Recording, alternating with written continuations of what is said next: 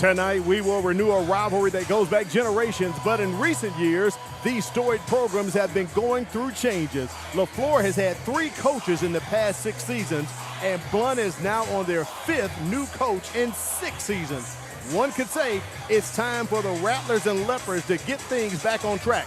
Well, it all starts right now with a new season of round ball action with Ballin Down South High School Hoops. Good evening, I'm Al Wheaton, joined by Corey LeBounty. We're so glad you're with us. Corey, I guess you could say it's the same faces, but in some new places. Without question, Al Wheaton, the blue map chase starts tonight in high school basketball. Shumbay Hunter, very familiar with the blue map, having won the 2020 state championship at Williamson High School. This is his first year leading the Leopards program, second year for Johnny Mahan with the LeFlore Rattlers. The house is packed. We're at a fever pitch. You would think this is like a sub-regional or playoff matchup, but it's actually the first game of the season. We're so glad you're joining us here in our new home at Ballin Down South Sports Network. Stick with us. Corey, what's your new slogan for the season? You definitely need to tune in and tell a friend. Definitely do that. Tune in tonight, tell a friend. It's standing room only here on Lot Road. So that means if you weren't able to get in the building, all you Rattler and Leopard fans, make sure you're sharing it on social media, Al, because it's available on multiple Ballin Down South platforms. And the cool thing about it, this stadium has been packed before the boys' game. It was packed when the girls were playing. So it's not like they're coming just in right now. It's more people outside than it is inside right now here at the Leopards Den. Without question, and before this game started, we were able to see the Blount Lady Leopards defeat the LeFlore Lady Rattlers 36-42. So the home team is 1-0 tonight. Yeah. We'll see if that trend continues in this boys' game. But the anticipation for both of these programs to start off the hoop season, I'm a former high school coach at both Blount and LeFlore, and this environment gives you the type of anticipation that I grew up seeing in the late 80s, early 90s, and 2000s, to where it's standing room only for high school basketball. All right, we're about 90 seconds away from tip-off, so let's put up the starting lineups for both of these teams, let you know who's getting the start tonight for LeFlore and for Blount. We'll get those up for you here. The Rattlers are the visiting team, so we'll take a look at their lineup as they're starting off tonight. Getting the start, you got point guard Justin Lawrence. He played at Scarborough last year. This kid is a freshman, 5'9" point guard. Also, Braylon Taylor, a transfer from Baker, who averaged 13.9 points per game last season. Ryan Austin, he's a holdover from last year's squad. Cortez Wilson, another holdover. And Armani Rowell gets the start. He's a forward at 6'3". For the Leopards, starting for them, it's almost like a whole new squad, Corey. Javion Patrick gets the start at the guard position. Kobe Benjamin's another guard, and Jaden McMillan. McMillan is a returner from last year's squad. Also getting the start tonight is Theodore Law and Jaden Beck for the Leopards. This is going to be quite an interesting ball game. About 30 seconds away as the coaches down on the court right now, Shumbay Hunter, Johnny Mahan. These guys are familiar with each other, Corey. Absolutely. They know one another, and Coach Mahan, being a 2006 LeFlore graduate, knows what it means to bring back the pride to the Rattler basketball program. And you also have Lorenzo Hunter also assisting his brother, and that's a big brother, little brother combination there. Jeremy Amy, very familiar. He was on the Williamson staff. Rashad Johnson, William Johnson, and Chris Armstrong round that out now. But tune in and tell a friend. Yeah, basically, Coach Hunter, if you want to say it, he got the band back together again, brought his whole Williamson staff here to help him coach the Leopards. And he's the athletic director as well. So Coach Hunter wears a lot of hats here at Blount High School. Yeah, I mean, but Al, I will go back and say this. We all love to see great high school hoops, and it ends in Birmingham, Alabama. And that is the mission for both of these teams, because you're dealing with a 5A program and a 6A program that won't meet each other again except a home-and-home series, and this starts the home-and-home series. It does. So, again, chasing the blue map starts tonight right here in Pritchard, Alabama. Last year they split the series. They went 2-2 each. LeFlore went 21-10 overall last year. They were 6-2 in area play, and they lost to Viger in the Elite Eight. We know Viger ended up winning the 5A championship. And for Blount, it was a struggle last year, only 10-13, and they were 1-6 in area play. And they're under new leadership right now because their coach was not retained for this particular season, Corey. So when you think about it, Blount has gone through several coaches in the past 6 years. As I said in the intro, 5 coaches in the past 6 seasons. Yeah, that's just not the type of stability that we're used to out of both of these programs, because you look at the tradition that J.D. Shelwood laid at LeFlore High School, and you also look at Coach Arthur Haynes winning the state championship back in 2001 when I was coaching girls basketball here at Blount High School. The traditions are rich from a boys basketball standpoint.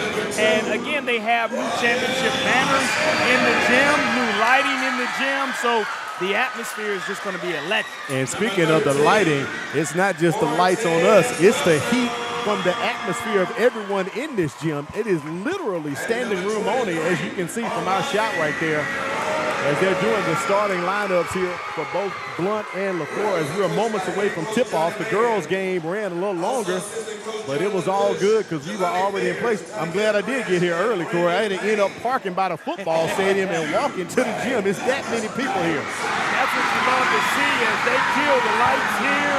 That's something Shumbay Hunter implemented at Williamson as well. And when you have the LED lights, you don't have to wait 25 or 30 minutes for the lights to come back on. That's correct. And it's a pretty neat atmosphere because all the students and the fans get out their flashlights on their phones as the Blount Leopards, the Maddie T. Blount Leopards, are introduced.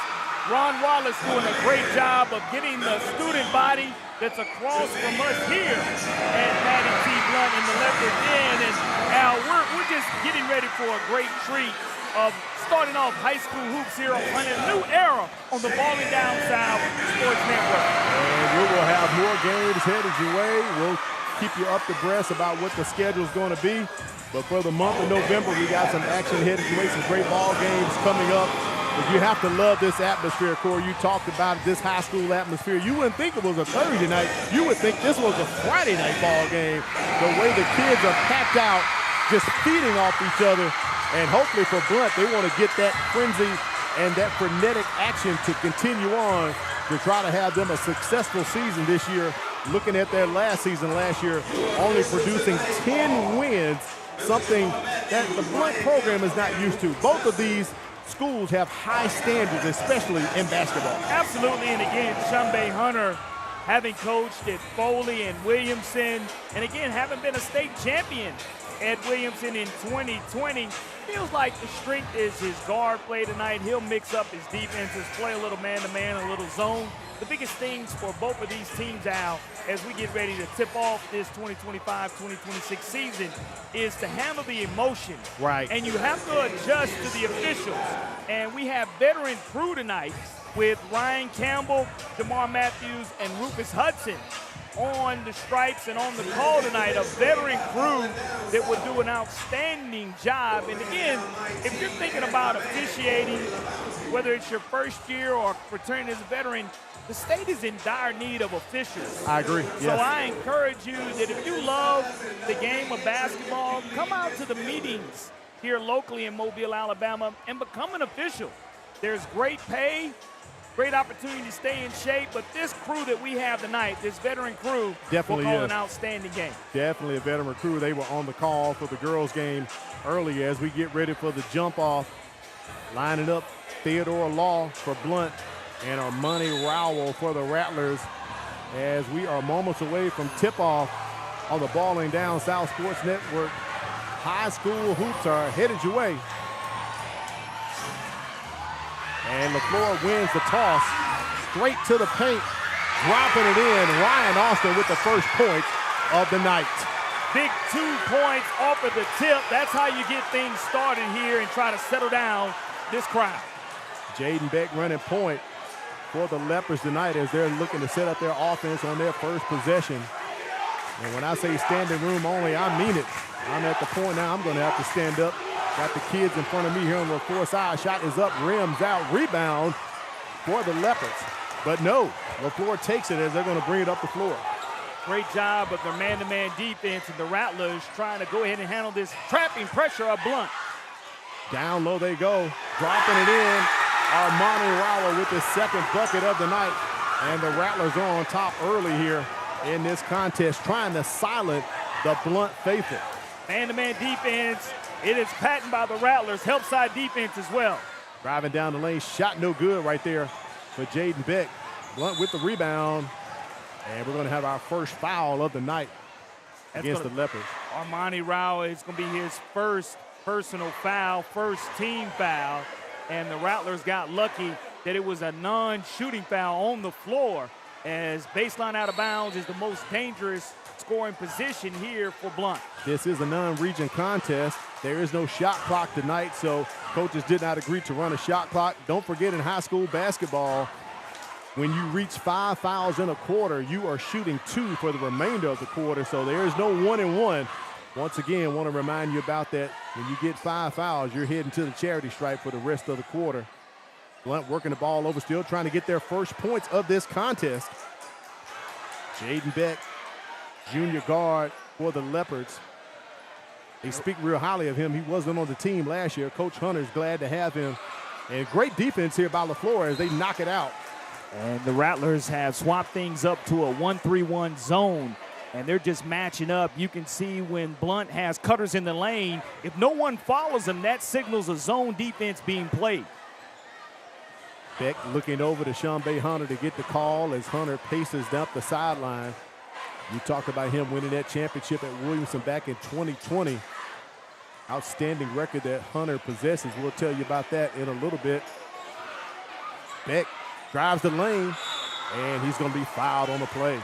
One of the things you have to have is help side defense take the charge.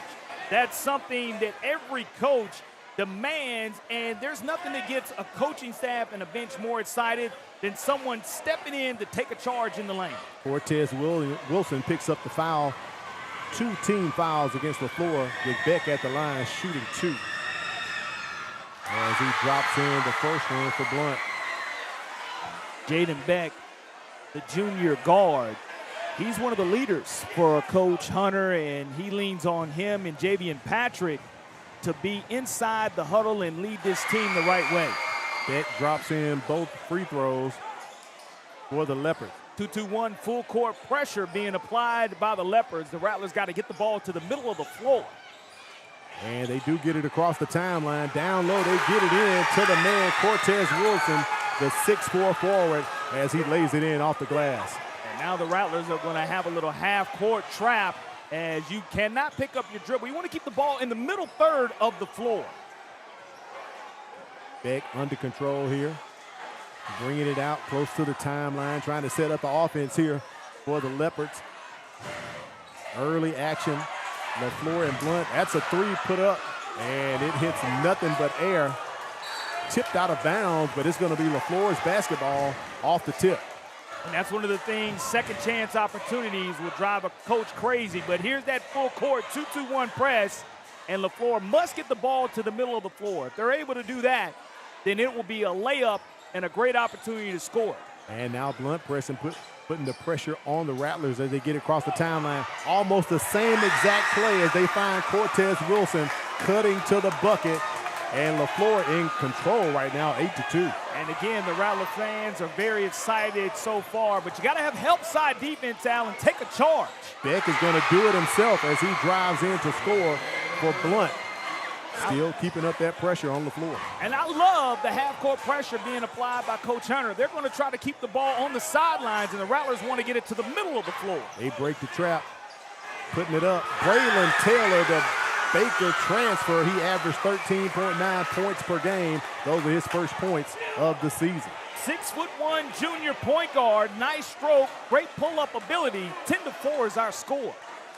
Now, he didn't play for LeFlore last year. Their leading returning starter is Ryan Austin, who only averaged 4.7 points per game, but they need those 13 points from Taylor, and that's going to be a foul on the floor right there. It'll be a shooting foul as they put Theodore Law to the line.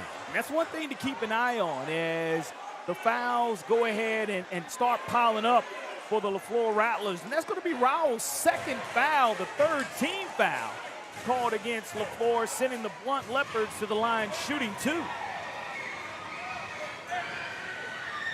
Law at the line, and he misses the first.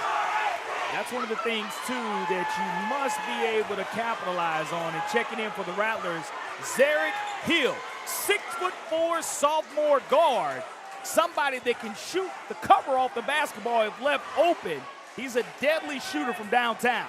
The Rattlers lost 7 seniors from last year's squad, so Coach Mahan had to reach and put together some folks and bring them in. A couple guys coming over from football as well. That's helping them out, as Law missed both of them. LeFlore across the timeline here, pressure, and that's going to be a foul on Law as he fouled Ryan Austin. Going to be his first personal first-team foul, but that's great job of Blount playing 4 minutes without fouling. That's right. That's a great job of being taught no arm bars and just being in great defensive position without fouling. Now, that I said that, the announcers jinxed. That means there's probably going to be a lot of fouls coming now. Halfway through the first quarter here, inside the Leopards den, Al Wheaton, Corley Bounty, Ron Wallace on the buttons and switches as you're watching Ballin Down South High School Hoops. We appreciate you joining us. Make sure you tune in and tell a friend, as Corley Bounty says, right from the elbow, Braylon Taylor. He is perfect tonight, his second bucket for the Rattlers. Nice pull-up jumper, a little 1-2-1-1, full court pressure being applied by the Rattlers. Going to see if Blount can handle the pressure, and they have not done a good job thus far as LeFlore is dictating tempo, 12-4. But I'll tell you this, Shumbay Hunter always cool as a pillow. That's right. The other side of the pillow, as Stuart Scott used to say, nothing rattles him. He doesn't get too high or too low. He will let a team go on a run and let his team figure it out. That's one of the things I love about Coach Hunter. And he definitely has a young team himself. Have a foul here in the backcourt. That's already the 4th team foul. That one's going to be against Justin Lawrence, the phenomenal freshman point guard. We saw him win a middle school championship back in late February on this very same floor. Did. For Scarborough Middle School, he won the championship. Rattlers 1 foul away from putting Blount into the bonus for the remainder here of the quarter. Rattlers want to travel, and they're going to say the ball is out at the baseline. It'll retain with Blount here. And you start to see this pressure of LeFlore on the scoreboard start to add up. 12-4 is early here, Al, but the Rattlers cannot afford to foul again. Blount needs to continue to be aggressive.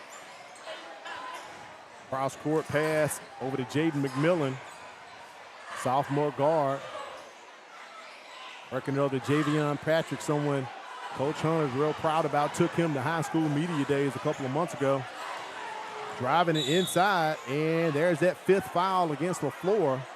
So at this point, Blount will be in the bonus for the remainder of the first quarter. And that's Joseph Robinson, if they call it on number 4, his first personal foul, but more importantly, it is a double bonus. The referees don't realize that is the 5th, and the clock operator just signaled the 5th. So we are in the bonus here in the first quarter. And Ryan Campbell motions over to let Rufus Hudson know they need to be shooting. I thought he was in the act of shooting, trying to drive to the paint when he was fouled, but going to the line right now is going to be Jaden McMillan for Blount. They are 2 for 4 from the charity stripe so far during the ball game. 3 minutes remaining here in the first quarter. Calling the hand-checking foul. Christopher Smith Jr., 6'6" junior forward, is checked in for the Blount Leopards. Matty T. Blount Leopards as well.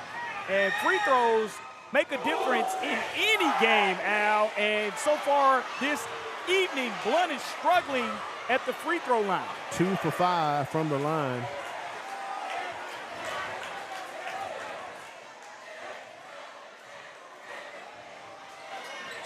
McMillan goes 1 for 2. Pressure on the floor once again, all up in Ryan Austin's grill, and that's going to be a blocking foul called on Dre White. Really wasn't necessary at that point, Corey. Yeah, if you go ahead, you have the extra defender called the sideline, and you let him run into the sideline, or you go ahead and keep him on the sideline and let your trap come. So Blount has quick hands and gets almost a steal. And there's the pick, Javion Patrick. And it's going the other way. That's going to be Patrick's first foul. Quick hands you see by Patrick, the sophomore guard. And he almost picked the pocket, but got called being a little bit too aggressive. And that is the 3rd team foul called against the Matty T. Blount Leopards. Scoreboard operator hasn't changed it, but I have 3 fouls like you do. Right up the middle going. Shot no good for Joseph Robinson, but LeFlore gets the rebound. Thought about it going deep, but pulls it up from the elbow. Braylon Taylor misses his first shot of the night on the quick, fast break. They get it down. The Leopards trying to capitalize. No, it is short.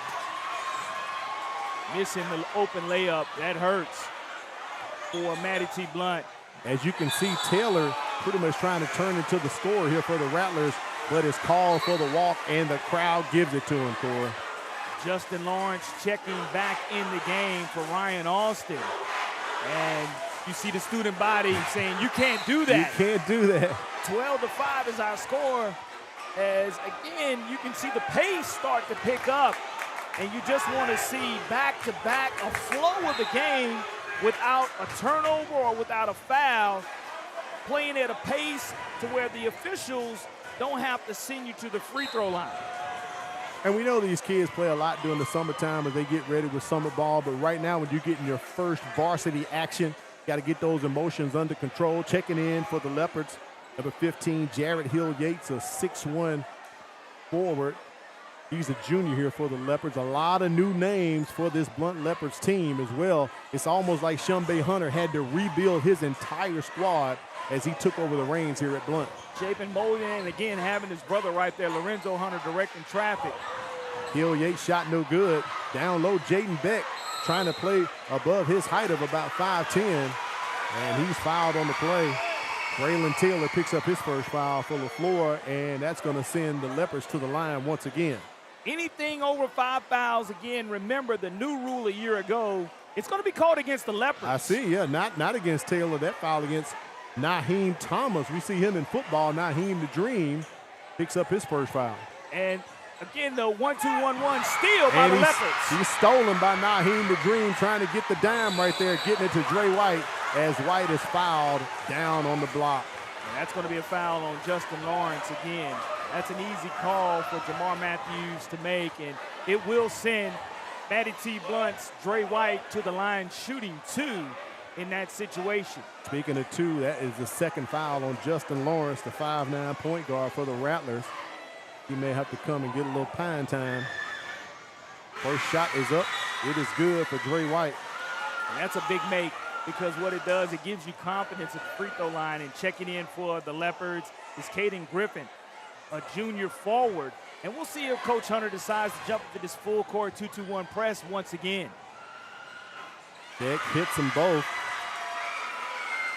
Blount 5 of 8 from the charity stripe. LeFlore has yet to shoot a free throw, and we're under 2 minutes here in the first quarter as they're trying to break this trap, and they do. Taylon Bumpers checks in. He was the point guard at Clark Shaw last year when they lost to Scarborough. Corey, you were on the call. Bumpers playing for the Rattlers. That shot almost dropped for Wilson, but the rebound right there from Naheem Thomas. Great recognition on the backside of the 2-2-1 press, but you got to capitalize. Blount has to make LeFlore pay for missing the layup here offensively. They work it down low. Nice pass right there. No good. Thomas with the rebound. Thomas using his 6'3" frame to get the score on the Rattlers, and they've crept back to within 3. Our score 12-9 with 1:18. And we have a foul, I believe. No, it is a flop warning. A flop warning is a new rule this year, implemented, and as an official myself that loves these guys in this crew, that's Ryan Campbell, recognizing it at the first dead ball, you let the scores table know it's an upward motion movement. It is called a flop warning. Now, if there's another one, there will be a technical foul assessed. Right. And it's a warning now, but the next time there will be a shooting technical foul. And Campbell's explaining that to Shumbay Hunter just in front of us here at the scores table. And it's a great job of Matty T. Blount closing this 12-4 lead, making it 12-9. LeFlore on a 2.5-minute scoring drought now. And Blount trying to press out of this 2-2-1 full court press. Rattlers trying to get it across the timeline. They do make the extra pass. They do. Shot is up and no good. Cortez Wilson, that's over the back as he's going to pick up his second foul here in the first quarter. And that's something that Coach Mahan has to be worried about. And that's a really quick shot by Ace Davis in that situation. You could have been a little bit more patient there and gotten into your offense, because, again, Blount has committed 14 fouls. One more, and the Rattlers would automatically be shooting 2. So here with 1:06 Matty T. Blount will be shooting 2 foul shots for the rest of the quarter, and if Matty T does commit another foul, the Rattlers will be shooting 2. Thomas puts it up. It is no good.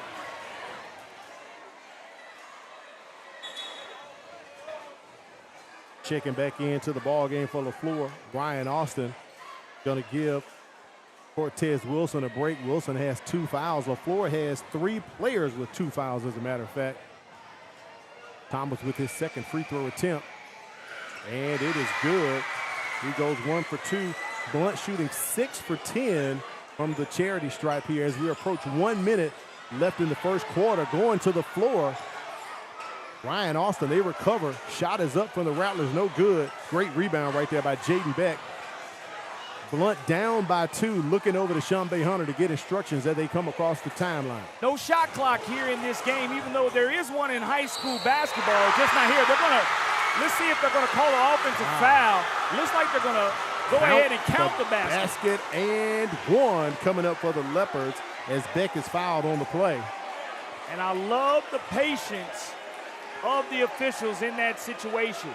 You had your lead official on the baseline. You had your C official, Ryan Campbell, making eye contact with one another. Holding on the call was Campbell. Rufus Hudson comes and signals it's an and 1 opportunity. And they miss it. Have to find out who that last foul was attributed to. They still have Cortez Wilson on the scoreboard with 2 fouls, and that's a travel against LeFlore as Taylor Bumpers gets caught up in a mess and can't get rid of it. Like the timeout by Johnny Mahan right there, calling his first 30-second timeout because LeFlore is going on close to 2.5 to 3 minute scoring drought. And you miss a wide open layup after the 2-2-1 press, and it is attributed and obtained points by Blount here in dead ball situations at the free throw line, and LeFlore not able to get Matty T. Blount into that bonus situation, and because of it now, we're at 12-12 with an exciting 32.9 seconds remaining here in the first quarter. Yeah, it started up pretty much with LeFlore in control, but as you talked about the patience of Shambe Hunter, letting his kids kind of figure out things and take that pressure and get the emotion out of it, we are now tied with 32.9 seconds remaining. As I said at the top of the broadcast, you would think this is a sub-regional or a playoff type matchup. Standing room only. We're just simply starting off the new high school basketball season, and it is a phenomenal turnout here at Matty T. Blount High School. You're watching Ballin Down South High School hoops. Al Wheaton, Corley Bounty, Ron Wallace here. Glad you're tuned in. Make sure you tell a friend as well. Social media platforms, ballinDownSouth.tv. You can check us out. We'll have more games. Matter of fact, we'll be showing you the schedule coming up as to what games we're going to be covering in the next couple of months. Blount's going to take possession here in the backcourt. No shot clock tonight. 32.9 seconds as they inbound the ball. Kobe Benjamin works it in. Jaden Beck pretty much running the show for the Leopards tonight. He's been aggressive from his point guard standpoint for Blount. And that's what you have to do. You have to be aggressive here without fouling, though. Try to get the 5-second count, playing man-to-man defense. There is the 5-second count, as again, Rufus Hudson clearly had his hands motioning that there was a closely guarded call. The Rattlers are going to get an opportunity to end the quarter with the last shot. And Johnny Mahan looking to sub some guys in, bringing Cortez Wilson back in if he can. Also, Justin Lawrence is going to come on, and Armani Rowell. So Mahan is going to go with his starting 5 here for the last 14.9 seconds in the contest. Someone has to take the ball out for LeFlore. They're all looking at Mahan. It's 5 guys, but no one's there to retrieve the ball from Jamar Matthews. And they're coming over to get it right here. There you go. And the 2-3 zone is going to be played by Blount coming out of this dead ball situation. And 14.9 has been put on the clock.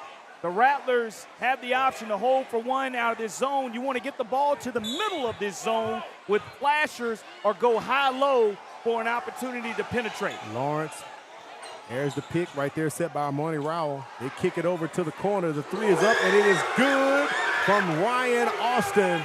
He drops in the 3. Here's a long 3 from Jaden Beck at the buzzer, and it is no good. So at the end of 1, it's the Rattlers on top, 15-12. You're watching High School Hoops on Ballin Down South. We'll take a quick break, and we'll be right back. More action headed your way.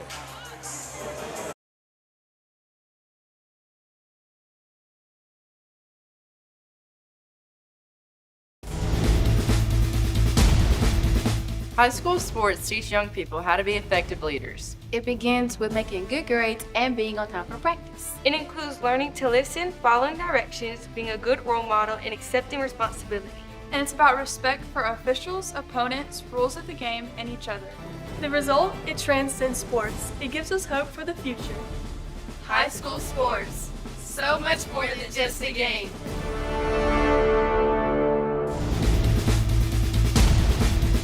Former NFL star and Super Bowl MVP Ray Lewis once said, "We get one opportunity in life, one chance. One chance at life to do whatever you're going to do.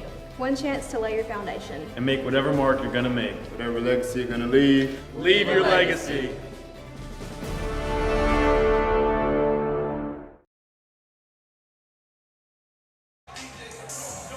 Welcome back to High School Hoops on Ballin Down South. I'm Al Wheaton, joined by Corley Bounty, bringing you the action here.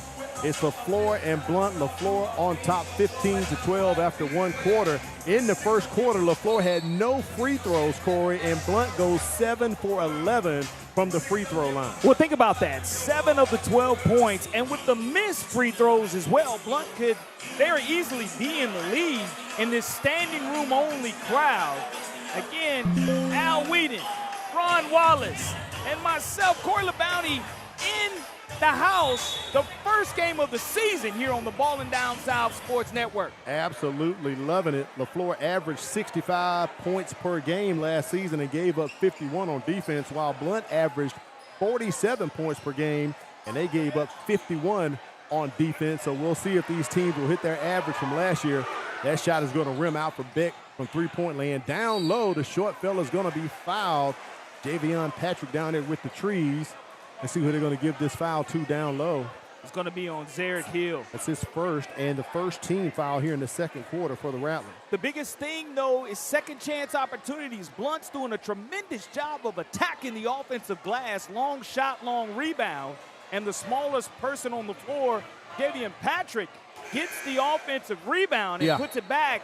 If you're LeFlore, one or two things had to happen. Either you're going to have to stop the second chance opportunities, or on the initial drive, you're going to have to step in to take a charge.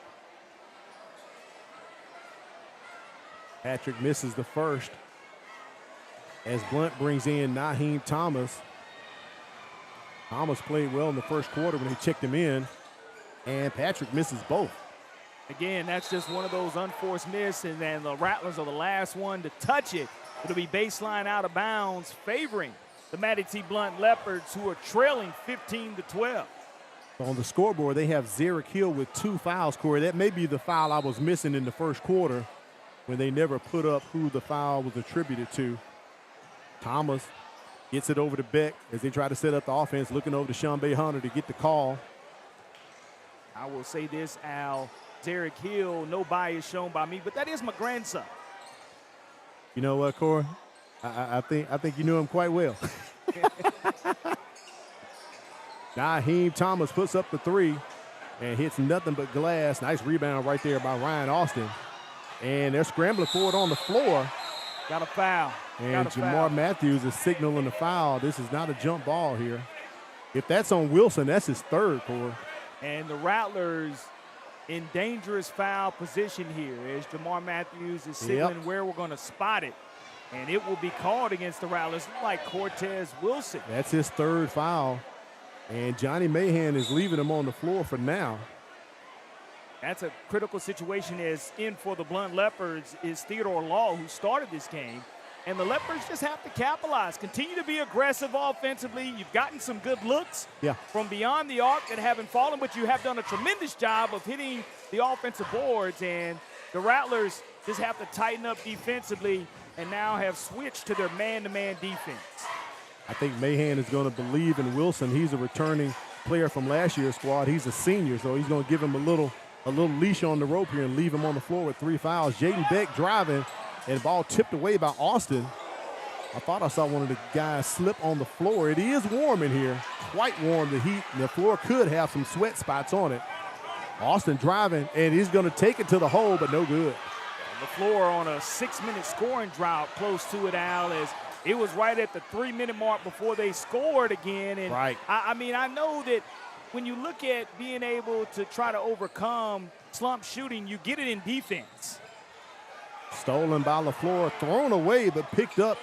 Hill was trying to get it out, and they do that. Ryan Austin driving it behind the back, trying to do the Euro step, but that's going to be a Euro charge against Ryan Austin as he picks up his first foul. Easy call. Legal guarding position being established by the Manatee Blount Leopards. There is no restricted area in high school basketball, because if there was, that definitely would have gone the other way. But establishing legal guarding position, I love it as a former coach. Yeah. When guys give up their body for their team in regards to taking those charges.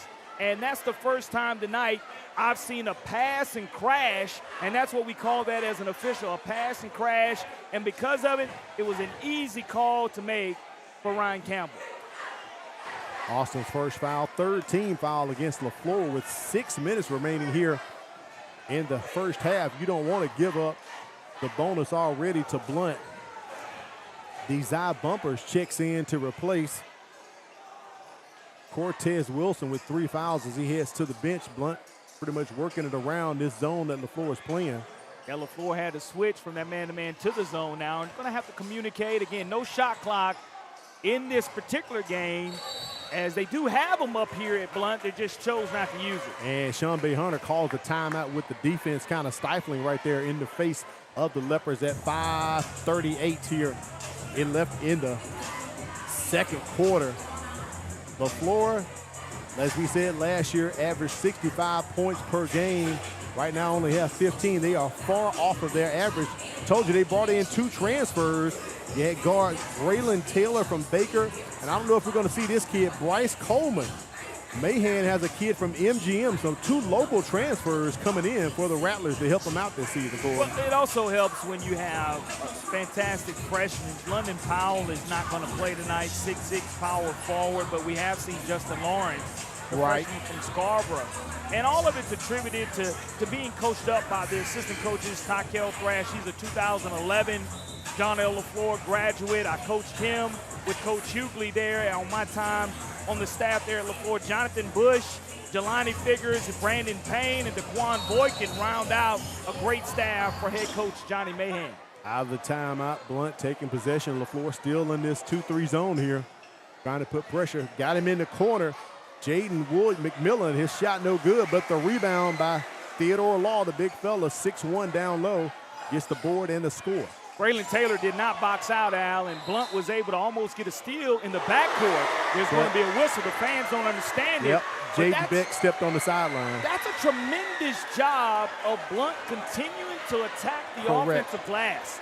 Second chance opportunities have really hurt the LeFlore Rattlers, who are still up by 1 point. Here's that 2-2-1 full court defense. You have to get the ball into the middle third of the floor or throw it over the top like they just did. LeFlore still on a scoring drought here in the second quarter.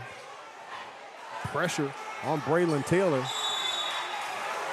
And there it is, another 5-second call. As we talked about, Corey, this is the top-notch officiating crew on the floor tonight. These guys definitely know what they're talking about and doing. Absolutely, a phenomenal veteran crew here.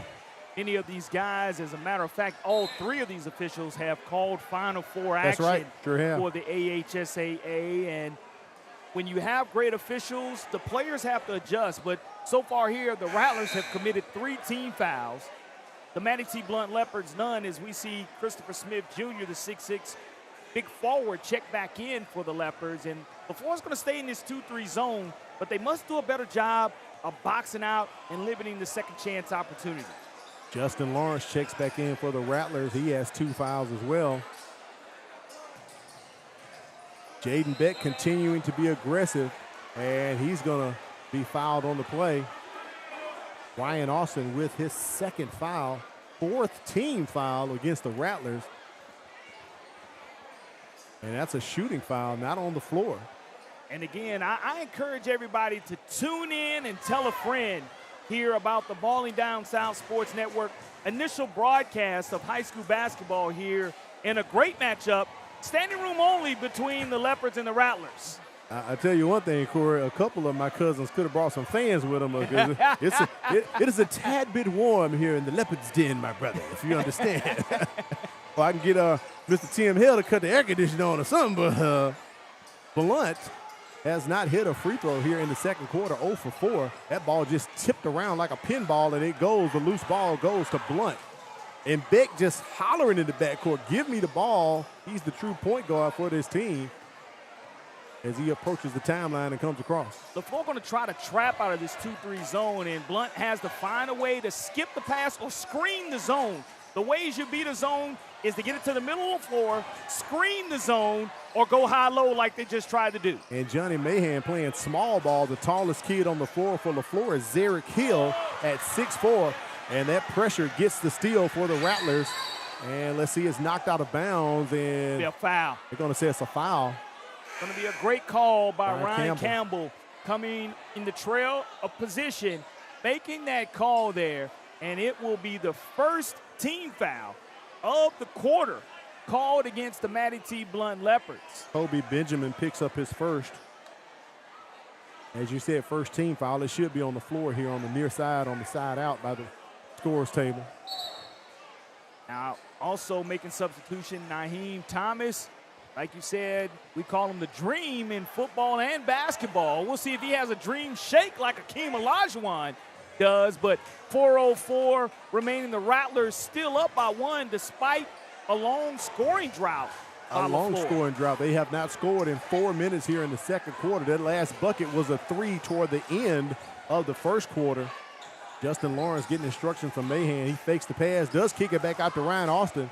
And he goes in with a little floater, and it is no good. But stolen, look at the size down low. The small ball pays off, and Austin lays it in on the trail. You'll do anything you can to score if you're not being able to do it offensively. Defensively is how you turn up the pressure. Now the Rattlers have to play without fouling as they're going to back up the 2-3 zone and try again to trap the ball in the corners. That's where they want to get Blount on the sidelines. Beck wide open, outside the 3. He thought about it, pulls it back. Blount being very patient here, only down 3 with 3 minutes, 14 seconds remaining in the second quarter. Look at Beck trying to slash as he dumps it down to Naheem Thomas. That's some good fundamental basketball there, Corey. The Leopards have stayed in this 2-2-1 full court pressure, and LeFlore is either going to throw over the top or get it to the middle. 3-on-2 basketball. Zarek Hill, the 3 is no good, nothing but air there. He stuck his paw in, tried to get the steal from Beck, but Beck, very good ball handler, comes over to the side, getting instructions from Shambe Hunter. We're under 3 minutes here.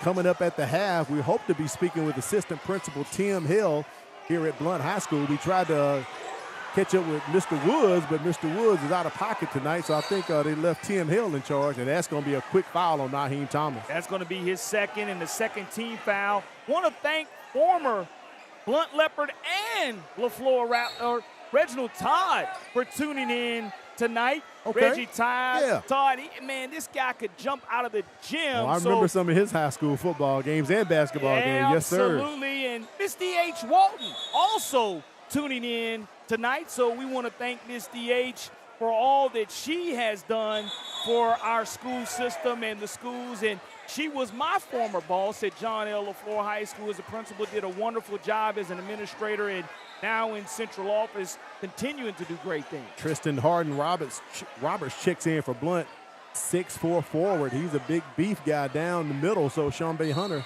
kind of somewhat going big with his squad here.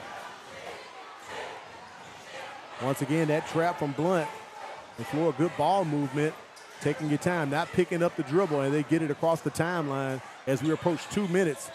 And that's going to be a quick foul right there by Jay McMillan. Really didn't need to happen. Third team foul called against the Leopards. So they have 2 more before we go to the double bonus situation. The Rattlers up 17-16 now, as both of these teams have really struggled offensively, as the Leopards are aggressive, and there's going to be numbers for the Rattlers. They break the trap once again. As you can see, Armani Rowell kind of slipping in the paint on the far side. That ball's thrown away. And Al, you mentioned something great. It's something to keep an eye on. If they don't turn the air on, that's right, the floor will become too slippery and unplayable, because I have seen games canceled or delayed because of the moisture, and it become unsafe for the players to play. I have experienced that myself at Bishop State, where the floor is in, The humidity and wetness of the floor, we've had to stop a game a time or two. I've seen it over the years. Nice stop, pop, and drop from Joseph Robinson. Big bucket right there for the Rattlers. 19-16. They've only scored 4 points here in the second quarter, but they've been crucial points to stay in the lead. 19-16, like you said, the Rattlers staying in this zone defense, hoping the Leopards will shoot themselves out of it. We haven't seen a lot of transition basketball yet by either one of these teams. Yeah. And because of it, the Rattlers are going to have to play without fouling for the rest of the quarter. Thomas is going to be fouled. Count the basket, and one coming up for Thomas and Blount. That foul, Ryan Austin picks up his third, and that's the 5th team foul against the Rattlers. And that's huge. I have it, again, Al, when you pick up these fouls that give people and one opportunities, that becomes tough as a defender. And the Rattlers are going to have to adjust, and we're almost having a tie score here if they're able to make the free throw. Thomas drops it in, the first free throw they have made here in the second quarter. And for this ball game so far, LeFlore has not made it to the charity stripe. Over the top, they go with the pass. It is stolen by Theodore Law. And that's a warning on Shumbay Hunter for being on the floor. Yeah, he was near where Law intercepted the pass. He has to stay in his coaching box, and that's what Ryan Campbell is going to tell the official book. It's a warning, and it will go down in the book as so against the Leopards coaching staff. So you just have to scoot your chairs back and allow Coach Hunter. He's allowed the 28-foot line all the way to the end of the bench, and he's pleading to Rufus Hudson on the baseline. As we call in football, that's a sideline warning. Absolutely. So you can see all the players scooting the chairs back. But, you know, Hunter's a veteran coach. He's been in it 25 years altogether, Corey, so he knows how to work the officials. Staying in the blazer, too. The sport coat, he's going to be like Bruce Pearl, sweating through it by the end of this one tonight. Justin Lawrence running the point here for the Rattlers. He's going to put up a three and drains it. Lawrence with a big three right there for the Rattlers to retake the lead. Back and forth here, 1 minute remaining in the first quarter. LeFlore, success in the zone here late in the second quarter. And that's a big-time three, as that's his second of the contest. And again, LeFlore trying to heat things up defensively. You see the active hands. You got to have your hands up, but better yet, you have to box out as well. Beck penetrates and hits the 15-footer, drops it in. I like the game that Beck is displaying tonight. I like his aggressiveness as he's running point for the Leopards. You can throw over the top. That's where it's available here. Is there's going to be another foul called in the backcourt against Theodore Law. It's going to be his second and the 4th team foul. And that will take you out of that 2-2-1 press if you foul again. Shumbay is going to stay in it and stay aggressive, trusting his team to play without fouling. Currently right now, Naheem Thomas with 2 fouls and Theodore Law with 2 fouls for Blount. For the Rattlers, foul trouble, Cortez Wilson with 3, Armani Rowell with 2, Hill with 2, Justin Lawrence with 2, and Ryan Austin with 3.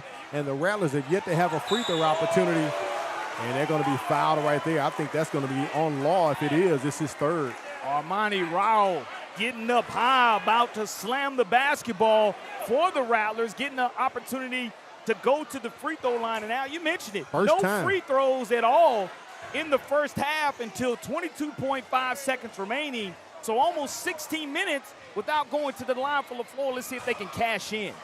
Rowell misses the first. And when you hadn't been to the free throw line for the entire ball game, Corey, I'm going to say it, you are as cold as ice at this point. Yeah, I agree with you, and you just have to knock that down. And again, want to thank Daisha Bradford for tuning in. We call her Nunu, one of the LeFlore GOATs in girls basketball, having won a state championship, and she's tuning in. Let us know where you're tuning in from as well, whether on any social media platform. So we can give you a shout out. Rowell goes 1 for 2 from the line. Under 20 seconds remaining here. Blount's going to hold it. They can either tie or get the lead with the 3 to go up in the half. Look at Jaden Beck.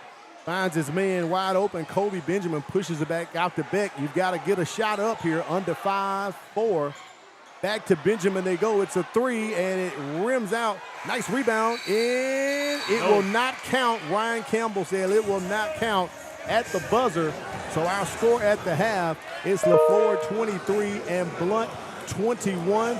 We'll take a quick break, come back, kind of reset what we saw here in the first half, and we'll try to hunt down Mr. Tim Hale so we can get a halftime interview. You're watching High School Hoops on Ballin' Down South. Don't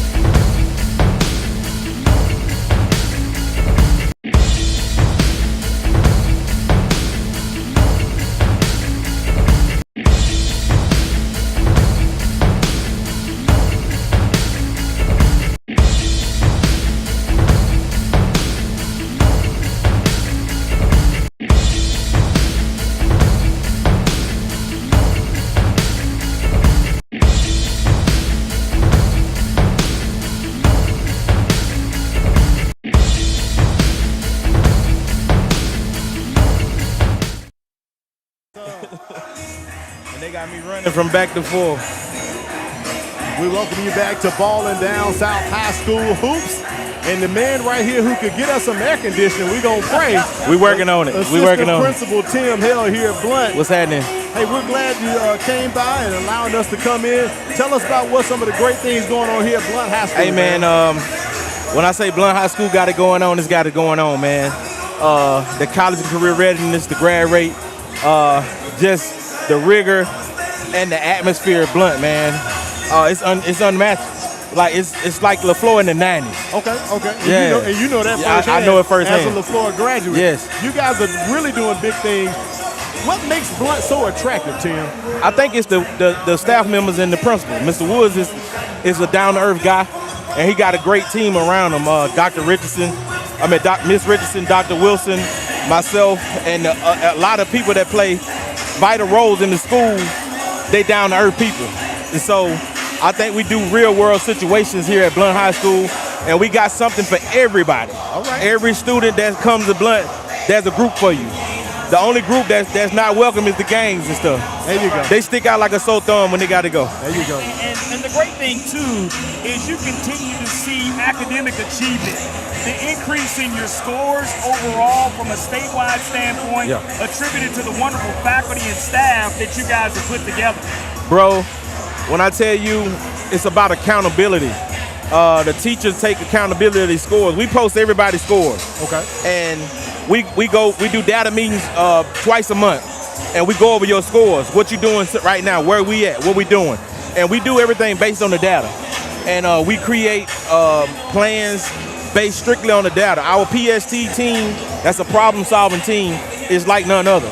Okay. Miss Laura Hollins is over our PST team, and the data, and we track all students, and those that are lower performing or have a higher risk of not graduating, we up them on the tier. So it might be a tier 1, so that means we got a behavior specialist that's going to the house. Okay. We going to see your mama. We going to do everything to make sure why you not coming to school, what you waiting on, why you not passing. We're gonna put you in this tutoring class. We're gonna do all that kind of stuff. We track every student, all 1,200 of them. We know what they doing and how we gonna try to get them across that stage. You said 1,200. Are y'all trying to tip into 7A? Hey, Mr. man. Hale? Hey, man. 1,200 kids? Hey, man. We get new kids every day, man. I mean, it is a reclassification year. I know, huh? No, we don't want to. We might need to go 7A. I don't know. We'll see, bro. I would say this, Tim. When you think back, you mentioned the 90s and the basketball atmosphere for both of these programs. I was blessed enough to be kind of like yourself. You've been a graduate of LeFlore and now an administrator here at Blount. I'm a former Blount coach and LeFlore coach. The atmosphere here in this high school gym tonight is like we used to see in the 80s, 90s, and early 2000s, where there's 100% student and community participation. We do that because we instill pride in every student. A lot of our kids' parents went to Blount, but by us being on a neutral ground, this is the second Blount. And so we got a chance to start over with the school pride. So these kids have we do so many activities. 80% of our kids are involved in the activities. So they got all kind of school pride, from DECA to FCCLA. The JROTC Unmatched. I mean, we compete in DC with our drone team and our robotics team. Okay. So we got something for area. You see the band. Right. The band is almost 200 people now. Yeah. You know what I'm saying? Cheerleaders, we got over 100 cheerleaders.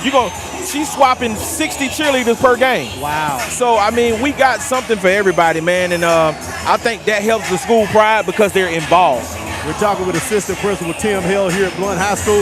If you didn't know, he's actually the People's Champ. That's what they call me, man. I want you to put on your People's Champ hat and talk about an event that's coming up next Saturday at Lab People's Stadium, the Port City Classic. Go ahead and get the Port City Classic is gonna be like another HBCU experience, man. Mississippi Valley versus Alabama State. Right. Two top HBCUs in their field.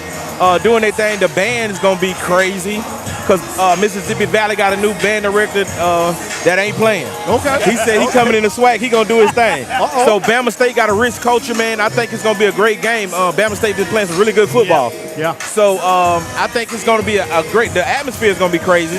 We got a tailgate concert going on that morning, and you got the parade that morning, and then you got a blues concert that Friday before. So it's gonna be good. All right. So Corey and I are working the game, but people be wanting to get tickets, and they be texting us, Tim, how can they get a ticket to the Port City Classic? Hey, all you got to do is go to the Mobile Port City Classic website, and you can get the tickets right there. Or you can go to Northside Check Exchange. We got them at Northside Check Exchange, man. And y'all going to have some tickets to give away at y'all next show. So Love it. You heard it from the People's Champ. People's Champ. I'm going to say it on record. They're going to have 10 tickets. How they give them away, I don't know. And we want everybody to make sure they tune in and tell a friend, Tim, because this is a new experience for Al Wheaton and I. Yeah. We're having an opportunity here to be with Ron Wallace and be part of his Ballin Down South Sports Network, to where we're bringing more, like you have brought back the HBCU games to Mobile, Alabama. We're doing the same thing with high school basketball. And we're covering both boys and girls. 22-plus games on our slate of schedules, so we'll definitely take you up on that ticket offer. Hey, man, you got a week to give them away, man. All right, there it is. All right, we're going to take a break and come back. We appreciate you stopping by, Tim. Hey, man. We got second half action headed your way. Appreciate it, brother. One love, brother. Thank y'all, man. No doubt about it. Ballin Down Stay South, right man. here. We here. Let's go.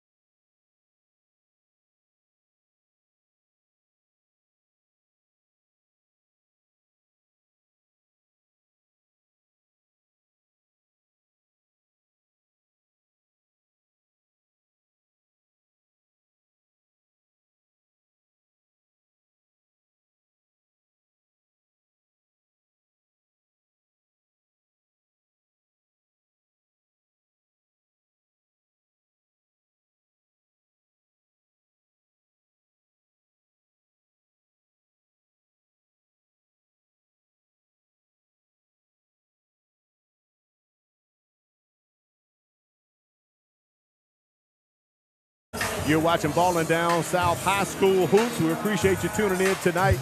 Just had an opportunity to speak with Assistant Principal Tim Hill here at Blount and all the great things they're doing here at Blount High School. And right now they're trying to do something great, down 2 points, Corey. A very interesting first half that we had. It's like Nelly said, it's getting hot in here. Man, yes. It's hot in the gym, and the exciting hot action that we've seen here in the first half has been outstanding, as we have a foul coming directly out of the third quarter to start the third quarter. That's going to be called on Kobe Benjamin. That's his second. And Matty T. Blount has switched to their man-to-man defense here. Sure we'll have. see if LeFlore is able to capitalize. Going up top, Armani Rowell, his shot no good. Rebound for the Leopards as they bring it across the timeline. Jaden Beck continuing to run point. They're going down low to the big fella. Christopher Smith Jr., he couldn't get it in, and that's going to be a foul on the floor. Down low as Javion Patrick was trying to penetrate the score. Braylon Taylor, that's going to be his first foul, I believe. Al, something if you had to critique both of these teams at halftime, Johnny Mahan, the head coach of the LeFlore Rattlers, is saying, hey, fellas, we got to do a better job of boxing out and not fouling. Coach Shumbay Hunter saying, hey, guys, we got to do a better job of making our free throws, and we'll see here if Benjamin's able to knock down this first free throw of the second half. Drops it in. And Al, as we're waiting, make sure you tune in and tell a friend. There's over 500 to 600 people trying to get into this game here. Standing room only crowd. The only way you can watch it is on social media. Ballin Down South Sports Network. Ron, tell them how they can get in, Ron Wallace. Tell them how they can join us. Hey, they can go to ballindownsouth.tv. They can go to Roku app on ballindownsouth.go on Roku. Fire TV, Facebook on Ballin Down South. Also on YouTube. It's everywhere. And it's going to be on demand if you missed it. Leopards with the rebound. Beck pushing it up the floor, and he takes the Euro. Corey, I thought it was a travel as well. And Shumbay Hunter wants a quick timeout. I thought he took one too many Euro steps right there, but they're going to let it slide. Hey, look, it looked great if you're in the NBA. It looked great if you're Shumbay Hunter, because you're up by 2 points.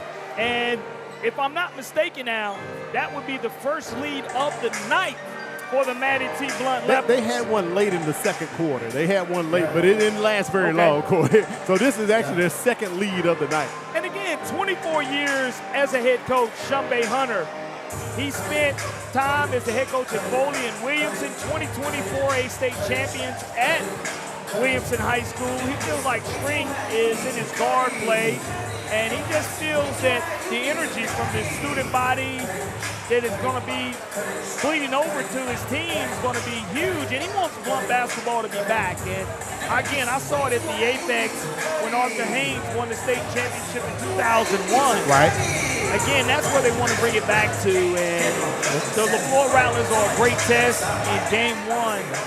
This full court 2-2-1 pressure is coming by the Leopards. So Shumbay Hunter with a quick timeout. I think he wanted to kind of re-emphasize some things to his team. Outscored 24-23 here early in the third quarter. Ball tipped out of bounds. Good defense right there by Jaden Beck. Remember, if you're watching us on social media, let us know where you are, who you are, so we can give you a shout out. Facebook, X, Instagram, however you want to do it. Corey has them all on his phone. Matter of fact, he got so many of them, he has 2 phones, as a matter of fact. One for the plug and one for him. So absolutely. He can find you. So, stolen by Christopher Smith Jr., the big fella, dishes it down low with the dime, but it is blocked by Cortez Wilson. Jaden Beck, the trailer. As I've said, I'm impressed with his game tonight. Not giving up the largest lead now by the Leopards in this 2-2-1, just trying to get their hands up, get a deflection or a steal. The Rattlers have to get the ball to the middle of the floor or throw over the top of this zone. And the pressure from Blount as they tried to break the trap, and it pays off. Turnover, ball over to the Leopards. That's going to be a foul against Braylon Taylor, his second. And again, the Rattlers with their second team foul. You must keep the ball off the sidelines. That's an extra defender. Yep. And I break the floor down into middle thirds. You have the middle third of the floor is where is the heart to break any defensive press. The sidelines you want to stay away from, and this floor is marked with volleyball lines, so you can clearly see the 3 sections of the floor. There's an outside third, and then there's that middle third, and Matty T. Blount, if they get a lead, Coach Shumbay Hunter knows how to run a delay offense. Got a shout out to Dana Williams watching us on Facebook. She's got us locked in. That's a foul down on the block down low there. Let's see who we're going to give that one to. That's Kobe Benjamin. That's his third, Corey. Second team foul as Ryan Campbell comes over to talk to Johnny Mahan. Goes to Robinson. Oh, they gave it to Robinson. Yeah, that's going to be his second. Oh, not Benjamin. They give it to Robinson for offensive foul against LeFlore. Let me correct my board here. So that's the third team foul against the Rattlers. Again, the Rattlers going to their zone defense, 2-3. You have to have your hands up and be active. And Shumbay Hunter, again, one of the masters of the delay game, going to a spread offense, and it just exposes you as a defender. And that foul is going to be called against Robinson again. Back-to-back fouls against Robinson, his third. And LeFlore has 4 team fouls. This is something we've seen a lot tonight. The Rattlers getting into foul trouble early in the quarter. Going to have to switch over now. You have to be careful. If you're the Rattlers, you get into foul trouble. It's hard to play man-to-man defense when you're in trouble, and that's going to be a travel. The Leopards walking it out. Turnover to Rattlers.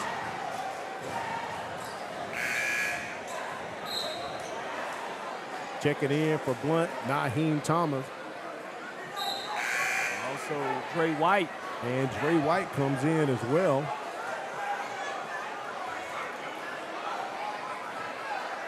Cortez Wilson gets it in to Justin Lawrence as they work it over to Joseph Robinson. That pressure from Blount. And they go over the top, wide open on Monty Rowell. The big fella, Christopher Smith Jr. is going to pick up his first foul. Second team foul, and that's what you have to do. You have to throw over the top. If the middle is pinched, great job of pinching the middle, being the only space available, throwing over the top of this 2-2-1 zone. Speaking of Christopher Smith Jr., he comes from great pedigree. His dad played on that 2001 championship team here at Blount. And Coach Hunter said, his daddy said, coach him hard, just like I was coached as well. Foul called against Naheem Thomas. His team's third, and Thomas getting in a little foul trouble himself. That's his third. As LeFlore goes to the line early, Corey, I can't believe it. At 5:42, they're actually going to shoot a free throw here in the third quarter. Being in trouble there in the first half from a fouling standpoint, and the Rattlers unable to cash in at the free throw line. Is now checking in for the Leopards is Antoine Ratliff. Our first time calling Ratliff's name on the floor tonight for the Leopards. Once again, let us know where you're tuning in from. Michael Ray, class of 2001, checking in for the LeFlore Rattlers online. Rowell misses both, but the Rattlers get the rebound. Down low, Ryan Austin drops it in. That's a much-needed basket for the Rattlers, now trailing 1. Have to play without fouling here for the duration of the quarter. Both of these teams have been trapping a lot. Behind the back pass to Smith Jr., and he could not hold on to the rock, and the Leopards fans are just distraught as Christopher Smith Jr. goes to the bench. The oohs and ahs from the crowd. If the big fella's able to go ahead and crush the orange there, he had a highlight reel for his point guard and finish. Blount has stayed in this 2-2-1 full court press the entire night. Pressing, both teams been doing it. It pays off. Naheem Thomas almost saved it as he stepped out of bounds, throwing the ball back into play. And I love the fact that on the back end of this 2-2-1 press, you're putting one of your faster defenders, Naheem Thomas, who plays wide receiver and is able to go ahead and trace the basketball and see it in the air and go get it. Behind the back, Lawrence with the dribble. Brings it back out, working it over to Braylon Taylor. The Baker transfer, the turnaround jumper's no good, but he is fouled on the play by Ratliff. That's his first, so Ratliff makes it into the scorer's book, picking up his first foul. That is the 4-team foul. It was a shooting team foul anyway, but the Rattlers have to capitalize at the free throw line, and that's a lost art for everyone is free throws. You can go out and you see Steph Curry and everybody else be able to shoot the threes at a prolific pace, but making the free throw is something that you love to see players do, and it's going to be the difference in this contest. Taylor was a 75% free throw shooter last season for the Hornets as he drops in both of them. Matter of fact, Baker played Murphy tonight. I got a chance to see our buddy Andre Epps. My son plays JV for Baker, so he was helping coach the JV tonight, Corey. And helping coach are the LeFlore Rattlers fouling. And I just love the aggressiveness here of the Leopards. Yeah. And you have to attack this Rattler defense and get them in foul trouble, as Johnny Mahan's going to have to bring in Zarek Hill after this free throw opportunity. I want to thank Darryl Walt, Hall of Fame coach Walton, for the LeFlore Rattlers, who I had an opportunity to coach with for over 18 years, multiple state championships at LeFlore, tuning in and watching as well. And Coach Walton, thank you for giving back to the game of basketball, to the young people as well. And our former cameraman, Bruce Canella, tuned in from Moss Point, Mississippi as well. Okay, cool. Appreciate it. Also, Corey, we got to send special shout-outs to you, man. It's your birthday today. It is. If you didn't know, happy birthday Thank you, Ron. to Corey LeBounty, who just got 1 year younger. We'll call it that way, not 1 year older, man. That's right. Happy birthday to you, brother. Hey, look, nothing like high school hoops on the birthday. That's the cherry on top for me tonight. White misses both free throws, but Blount gets the rebound, so it's going to stay on this end of the floor. Appreciate our buddy Bruce Canella checking us out tonight, and all of you checking us out as well. Let us know where you are. We'll give you a shout out. As I said, Facebook, Instagram, X, Twitter feed, whatever you got. Corey LeBounty can find you, I promise you. Absolutely. Coming out and extending the 2-3 zone of the LeFlore Rattlers, trying to get a 5-second count, and you got to keep the ball out of the corner. They bring in Christopher Smith Jr. once again. He can't control the rock, and they had pressure on him. And we're going to have a foul. That foul going to be on Dre White of Blount. That's his second and 15th foul against the Leopards. So both teams are now in the bonus. Will be shooting free throws the remainder of the ball game. And also want to thank Big Potts, Ron Gray, for tuning in. You know, he's a Shaw High School graduate and had a chance to go to John Will Elementary School with Big Potts, and he's a Shaw Eagle or Shaw Rebel at the time, and thank him. And Helen Dunning for tuning in as well, Ron. I know you know Helen very well. Miss Dunning, yeah. Yeah, her son, Barry Dunning, he's playing up there in Pittsburgh, playing college basketball up there, so he's getting played there. And I'd like to shout out to you two guys from coming over, making that change over here to the Ballin Down South Sports Network. I know the network, we are definitely glad to have you guys. It's going to be wonderful things happening in the near future, coming up with different sports we got coming out. Just we can go ahead and let them know a little bit, Corey. We're going to try to do a lot of flag football coming up next year. Do some girls sports and stuff, that volleyball. We're going to do a lot of those things like that, man. Absolutely, Ron. You've done a tremendous job setting the foundation to be able to basically be a one-man show and put on an outstanding production. And we thank you for allowing us to be a part of the Ballin Down South Sports Network. Lawrence goes 1 for 2 from the line. The Rattlers shooting 3 of 8 here in the third quarter. And Blount is 1 for 4 from the free throw line in the third as they work it over to Beck. He's got room right at the elbow. Jump stop, pops it back out. It's a 3, and it is no good. Good rebound by Beck, and he is fouled right there. That's going to be called on Hill, I do believe. Zarek coming down across. You have to make sure. That's going to be number 3 on Zarek, and you just have to make sure that you're boxing out. Long shot equals long rebound, and I don't see the Rattlers really putting a body on anyone to box out, and because of it, now the Leopards in the double bonus shooting 2. Beck at the line. He drops in the first. Leopards now 2 of 5 from the charity stripe. And my glass is continuing to fog up as the heat and humidity rises here in the Leopards den. I didn't see anyone sweeping the floor during halftime. So hopefully nobody. The players won't be affected as Beck drops them both in. 3 for 6 from the charity stripe. The Leopards here in the third quarter as going to the bench, Jaden McMillan for Blount. And also Eric Moore, class of '88 from LeFlore. That's my classmate. checking in as well. And again, let us know where you're checking in for. As LeFlore tries to check in, they're going to be fouled before the shot, and they'll shoot 2 free throws. And going to the line is Armani Rowell. They're going to call that one against Caden Griffin, his first time in the ball game, picks up his first foul as he goes into the scorer's book. And back at the line, Rowell once again still has 2 fouls.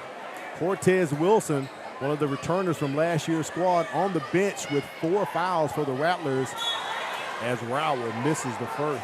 Corey Tawana Hawkins says, brag on the Rattlers a little bit. Yeah, I mean, look, we're all Rattlers here broadcasting. I wasn't going to say that, Corey, but yes, we're we all are Rattlers. All the LeFlore graduates here as the Rattlers now have, you look at this 29-28 lead. LeFlore has fought back and now take a 1-point lead here, halfway point of the third quarter, and applying a little full court pressure. Have to do so without fouling and force them to the sidelines. Pressure on Patrick. They get it loose. They got to get across the timeline in 10 seconds, and they lose it.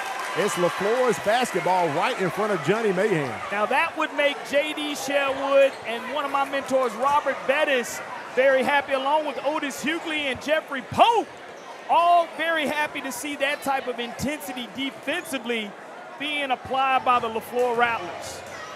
Lawrence with the ball, running point. He's going to stop just outside the elbow. No good.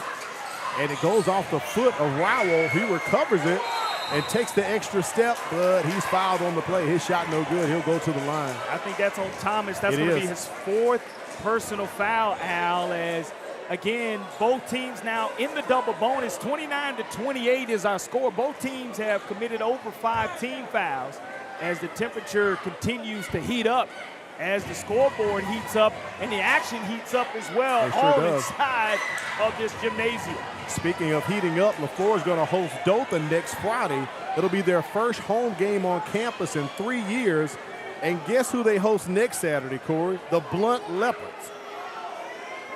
Blount Leopards just trying to reestablish the culture, as, again, a championship culture by Arthur Haynes is evident as the championship banner that hangs here from a state championship 1.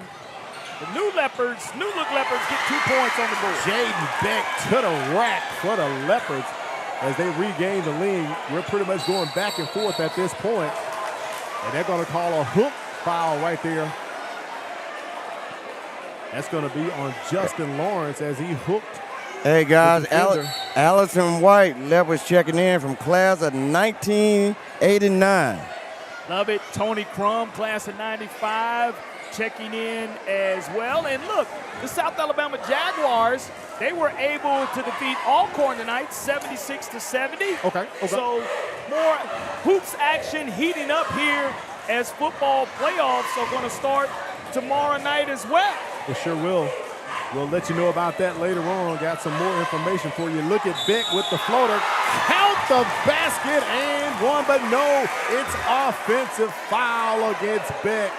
Great job. That's the first time we've seen LeFlore wipe it tonight off. Take a charge, and an airborne shooter, you stand in there and you take that charge. That's the first time I've seen LeFlore attempt to take a charge tonight, and I know that would make Coach Bettis, Coach Hughley, and Coach Sherwood very happy, along with Coach Pope.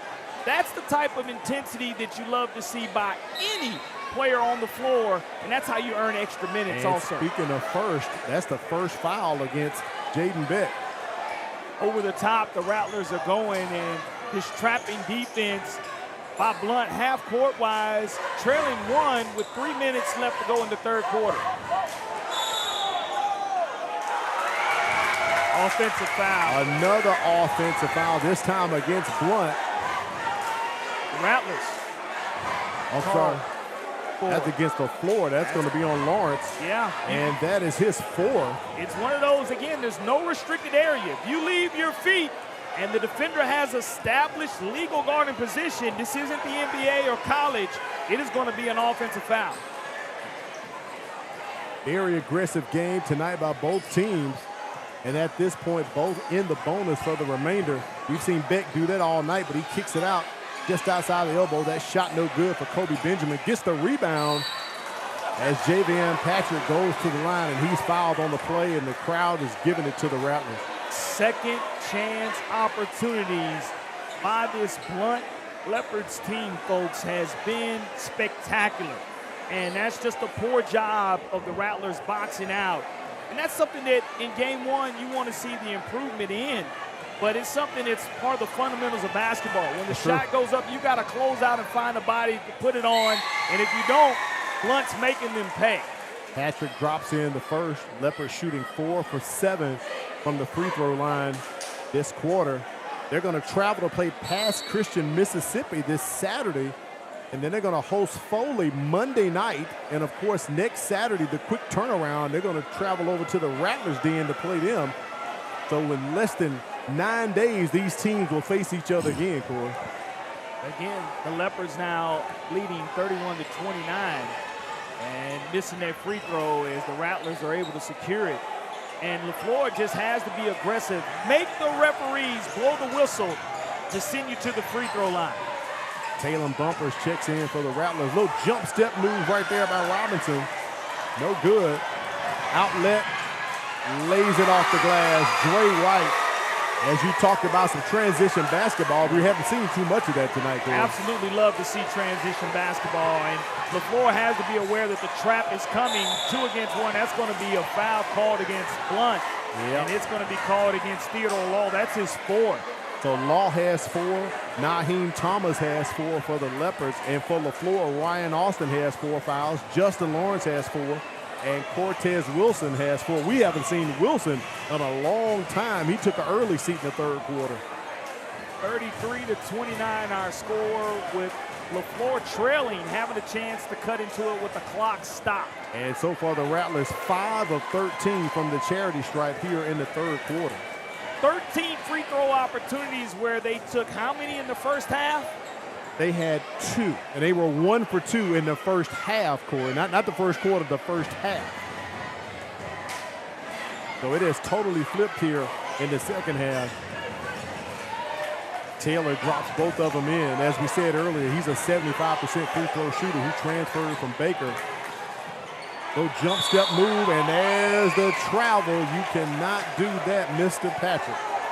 33-30, that's a very timely stop by the LeFlore Rattlers.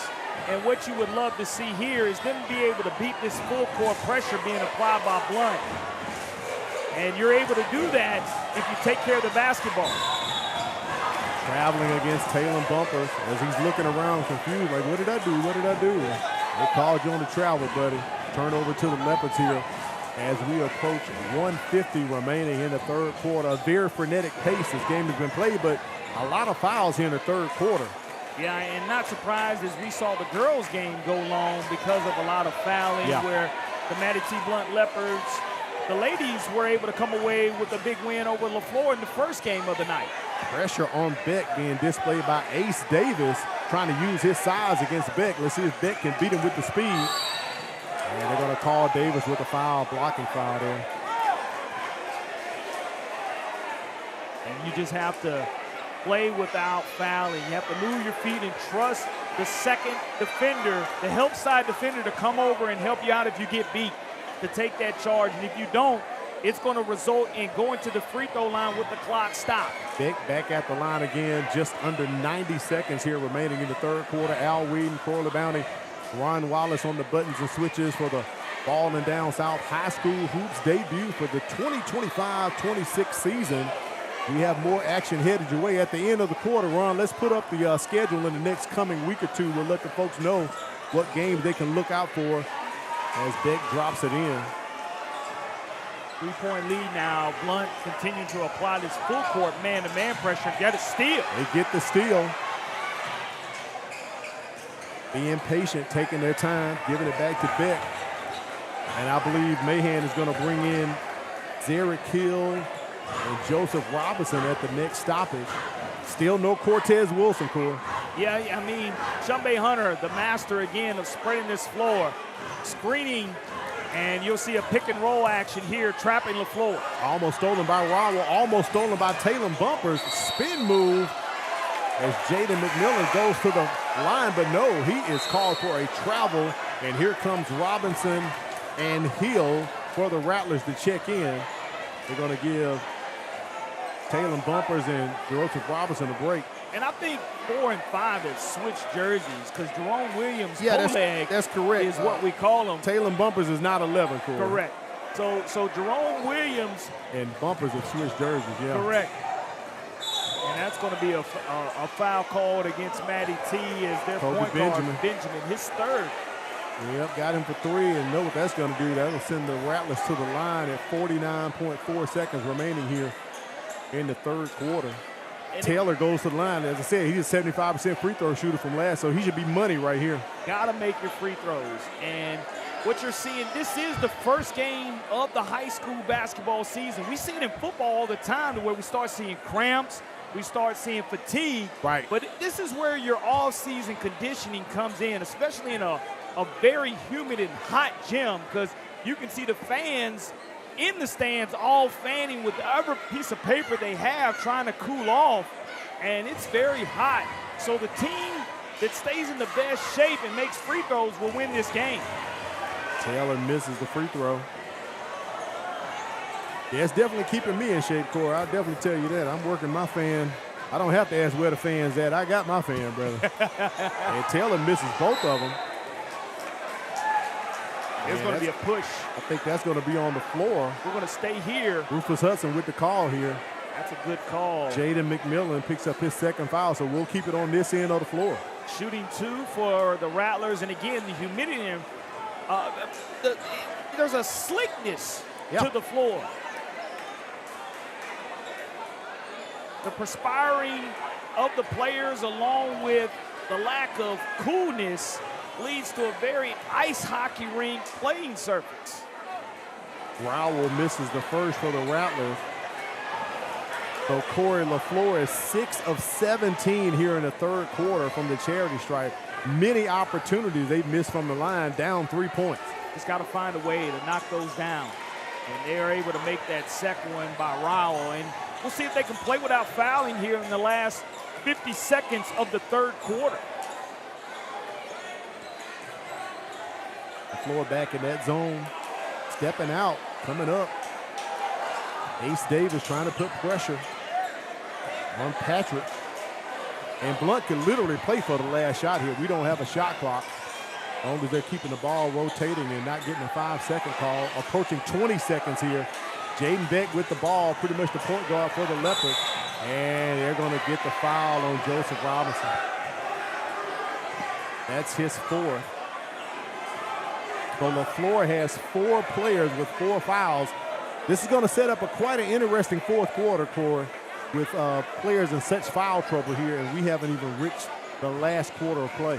Jerome Williams, we just can't afford to do that in that situation because it does stop the clock, but it allows Matty T. Blount to cash in at the free throw line, and Jaden Beck does that, extending that lead to 3 points, 35-32, with 16.7 seconds remaining here in the third quarter.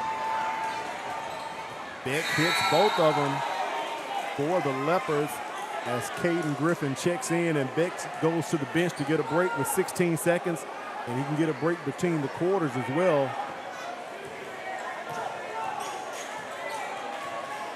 And LeFlore pretty much just going to try to keep this for the last shot. Offensive foul on the play. You do not want that. Joseph Robinson, if that's the case, that's his 5th. That is 5. And he picked up a cheap one there, Corey. He's going to have to go to the bench. That is his 5th personal foul. And he's still on the floor. He can't believe it. Yeah, you get a little opportunity to get your substitution in, and Coach Mahan, Kazaa Bumpers will be coming in. And 8.7, you don't want to foul here. You want to make Matty T. Blount earn this last second shot of the quarter. They bring Beck back in. He takes the Euro, kicks it out. Jaden McMillan's shot is off, rebounded to the Rattlers. And at the end of 3, our score, Blount 36, LeFlore 32. We'll take a quick break and come back and bring you the schedule for next week. Right here, you're watching High School Hoops on Ballin' Down South.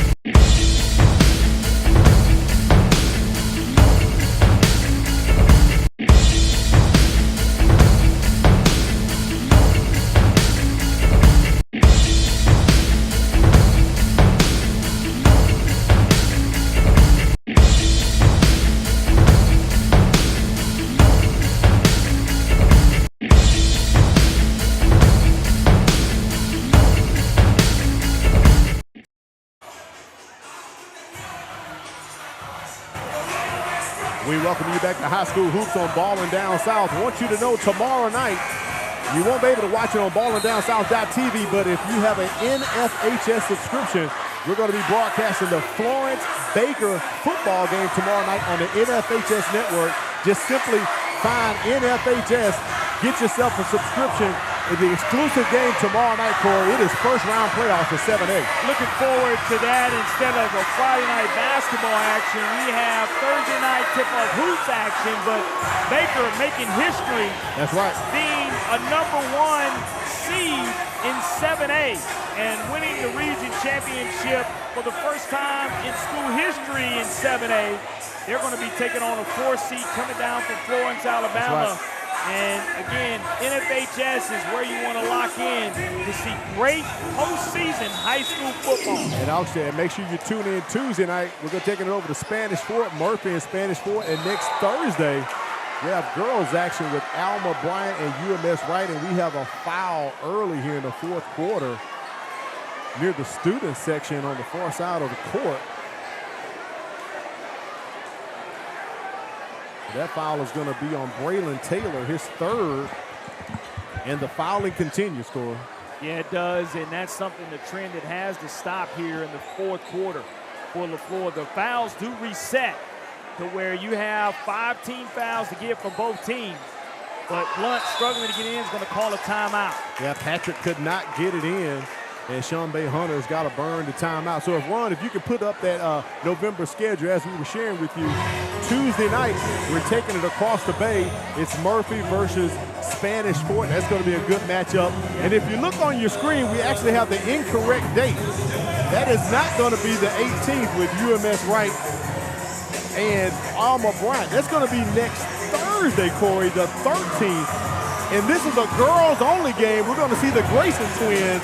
These girls are phenomenal. If you've never seen them play, you really need to tune in next Thursday at 5:30. 2 flamethrowers, yes, sir, that are ultimate scorers, have both scored over 1,000 points in their high school career. Looking to add to that point total. Looking forward to broadcasting that game next week. Spanish Fort and Murphy, Coach Epps, Coach Applin, 2 elite coaches, having a chance to match up there in 6A. And that's an early area contest, Corey. Right off 6A contest. Out of the gate right out the those gate. Teams. And here we go here to start the fourth quarter of action. After that quick timeout. 36-32 is our score. Blount on top. Going to the rack, laying it in. Jaden McMillan does his version of the Euro step and extends the Leopards' lead. Full court pressure. Blount having applied no fouls here to start the fourth quarter. Can be as aggressive as they want to defensively, and LeFlore makes them pay. Down low, Cortez Wilson finally returns to the ball game. He has 4 fouls on the floor with 4. So at this point, Coach Mahan needs him to step it up and not get the 5th. Rebound, LeFlore on the move, transition basketball out wide. Ryan Austin drops it, no good. Rebound by the Leopards. And look at Jaden Beck, lays it off the glass. He is fouled on the play. Count the basket and 1. Ryan Austin commits the cardinal sin on a breakaway layup.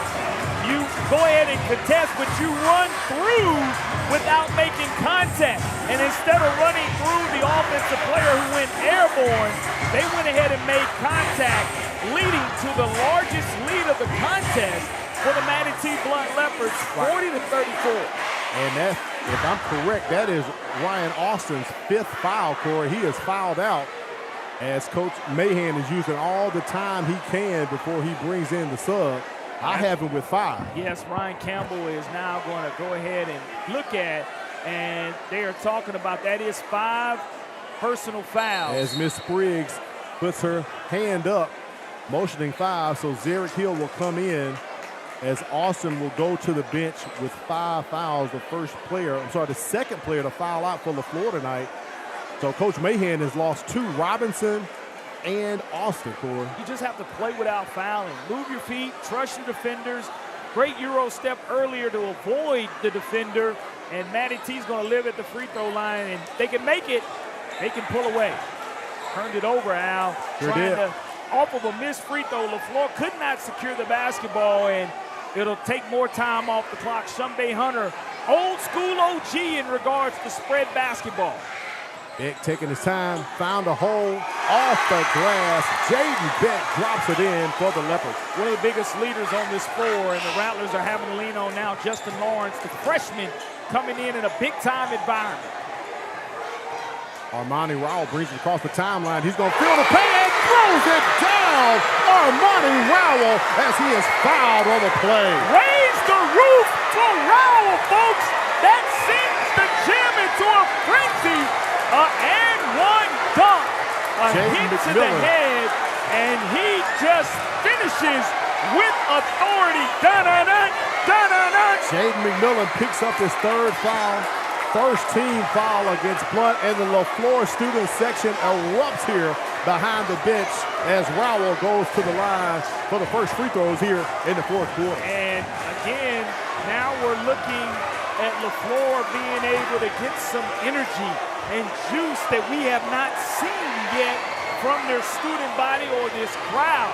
And it's buzzing and it's electric now as Ryan Campbell is at the table talking to make sure that the foul count is correct and both bookkeepers' fouls do match. Right. I don't have McMillan with 5. I just have him with 3. But I see him talking to the bookkeeper, Miss Spriggs. I don't know where the other 2 came from. That definitely is his third. I just have him with 3, Corey. We're going to find out here in a second. Ryan Campbell, we won't play again. And sometimes this delay can affect the game. That's true. Because you have to have both bookkeepers agree with what you have. And now Ryan Campbell takes the book from Blount, and he goes to the floor side. And this is what you have to do in a situation. You want to make the right call. We don't have instant replay here in high school basketball, but you have the ability to take a book and compare to see what each book has for a foul attribute. But I do not have McMillan fouling out. It is dealing with a foul, team fouls, as well as personal fouls. And correct. Both the books will now match to make sure. But what a hand-one opportunity there for Armani Rowell, the 6'3" senior forward, just absolutely putting the Blount defender on the poster in that situation. But now you have to capitalize without fouling. And if you're not able to capitalize without fouling, you're in trouble. And the Rattlers have been in foul trouble in the first quarter, the second quarter, and the third quarter. They sure have. And Ryan Campbell is going to take both of the books, and he's going to ask Jamar Matthews and Rufus Hudson to come over as they're telling the players to come off the line. They need to discuss some things to find out what is the correct number of fouls. But Corey, I'm going to say like you, we both kind of checking each other. We both have him with 3 fouls. I do have him with 3 fouls, and again, you know, you just have to have good recall here as an official. And we have a veteran crew that's talking with one another to discuss what we do have. And it's a great opportunity for both of these coaches to regroup. LeFlore making sure they talk about not fouling. Blount talking about finding a way to sustain this run that's coming. We have a cheerleading battle going on during this timeout as well. Like a tumbling battle here going on. Now, you know, we're not on the floor, but if they were to look up here behind the scorer's table, we could both hold 3 fingers up and say 3 fouls, but we have unofficial fouls. And the crowd is going wild as the cheerleader battle continues to take precedent as the officials on the floor trying to come to a conclusion here. Nice huddle by the LeFlore Rattlers talking about it. We got an opportunity here to sit and talk about what the strategy is going to be here for both of these teams down this last 6:30 hour. It's going to be quite interesting. 6:30 remaining with Blount on top by 6 points. This is a crucial call right here from the officials as we're going to find out what it's going to be. So they're going to get the 2 shots, and let's see if McMillan is still on the floor here. One opportunity for this and one after a 3 or 4 minute delay. And it's an and one opportunity coming up for Armani Rowell after that thunderous dunk that he had. And McMillan's still on the floor, down on the block here in the lane.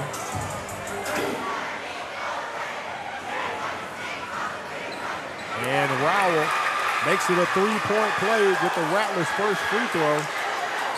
So I'm going to guess they came up with the conclusion that McMillan can stay in the ball game. He has 3. He does have 3. And now it's official on the board. He has 3 fouls. 1-2-2 press. Blount trying to take advantage of it, and they do by attacking the rim.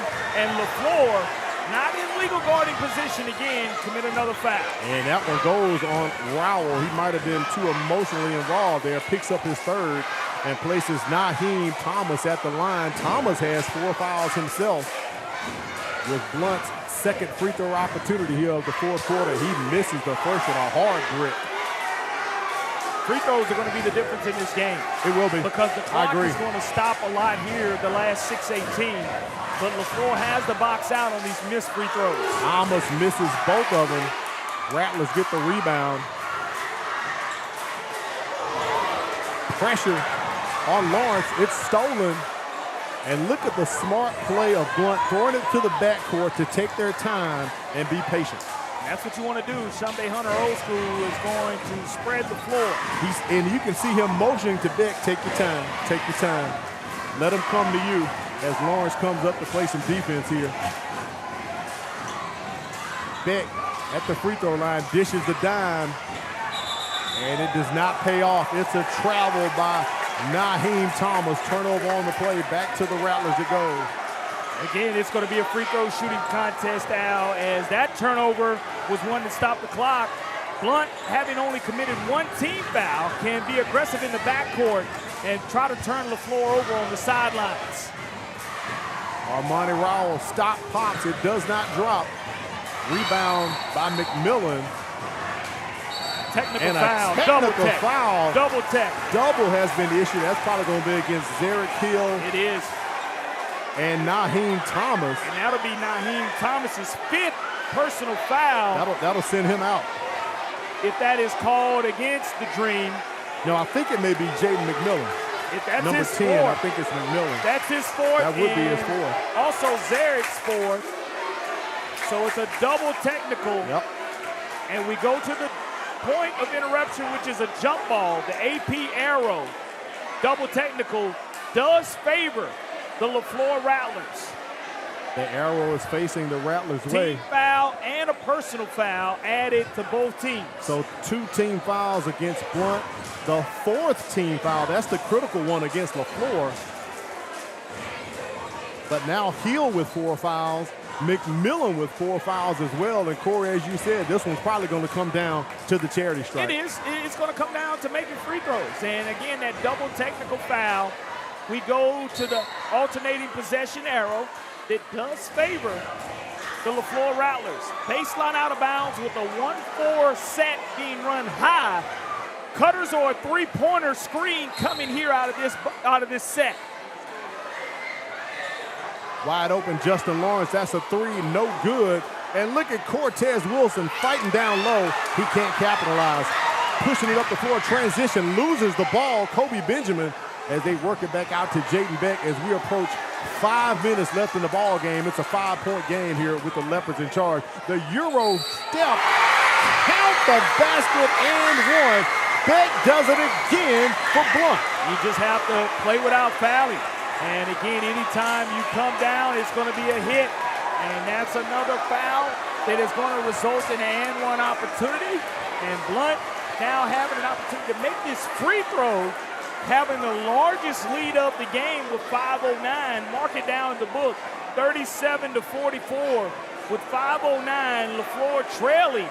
And we'll see here if Blount is able to capitalize as the perspiration continues to accumulate on the floor. 5th team foul against LeFlore. So now Blount is in the bonus for the remainder of the ball game. And that's the 4th foul against Armani Rowell, his 4th personal foul. And Beck at the line trying to get the and 1 opportunity. And it does not. So far the Leopards 0 for 4 from the charity stripe here in the 4th quarter. Setting up the alley-oop to Armani Rowell, who throws it down for the Rattlers. Rowell rising up again, showing his vertical. The Rattlers down 5, need a couple of stops back-to-back, and there's going to be a hand-checking foul. That's going to do it for Cortez Wilson if they call it on him. That's his 5th foul as he got pressure and fouled Beck, and he can't believe it, throws his arms up, but he's going to have to head to the bench. That's number 5 for Wilson. And you can't do it. You can't afford to have those type of fouls. That's the 3rd Rattler that is fouled out in this contest this evening.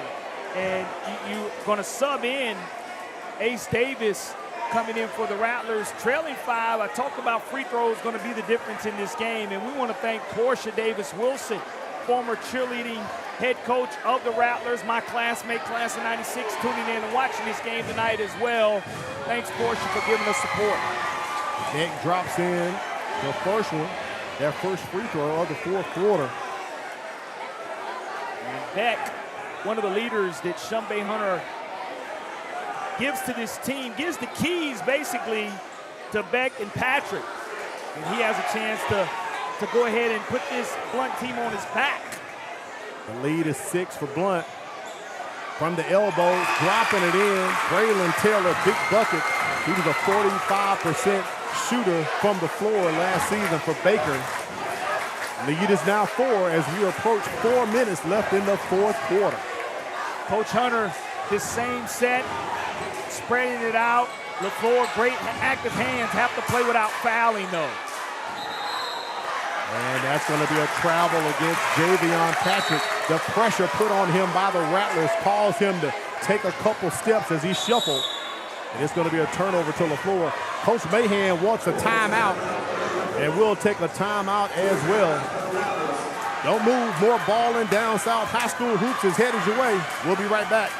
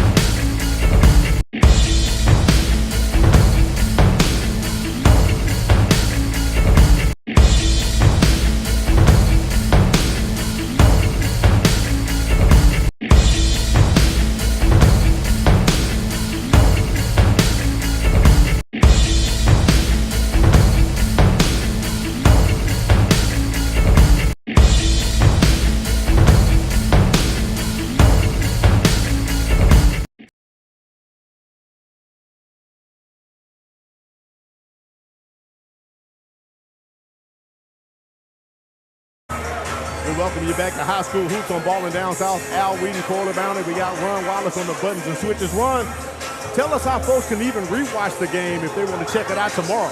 You can go on to ballindownSouth.tv. It'll be on demand tonight after I get home and make sure it's uploaded good.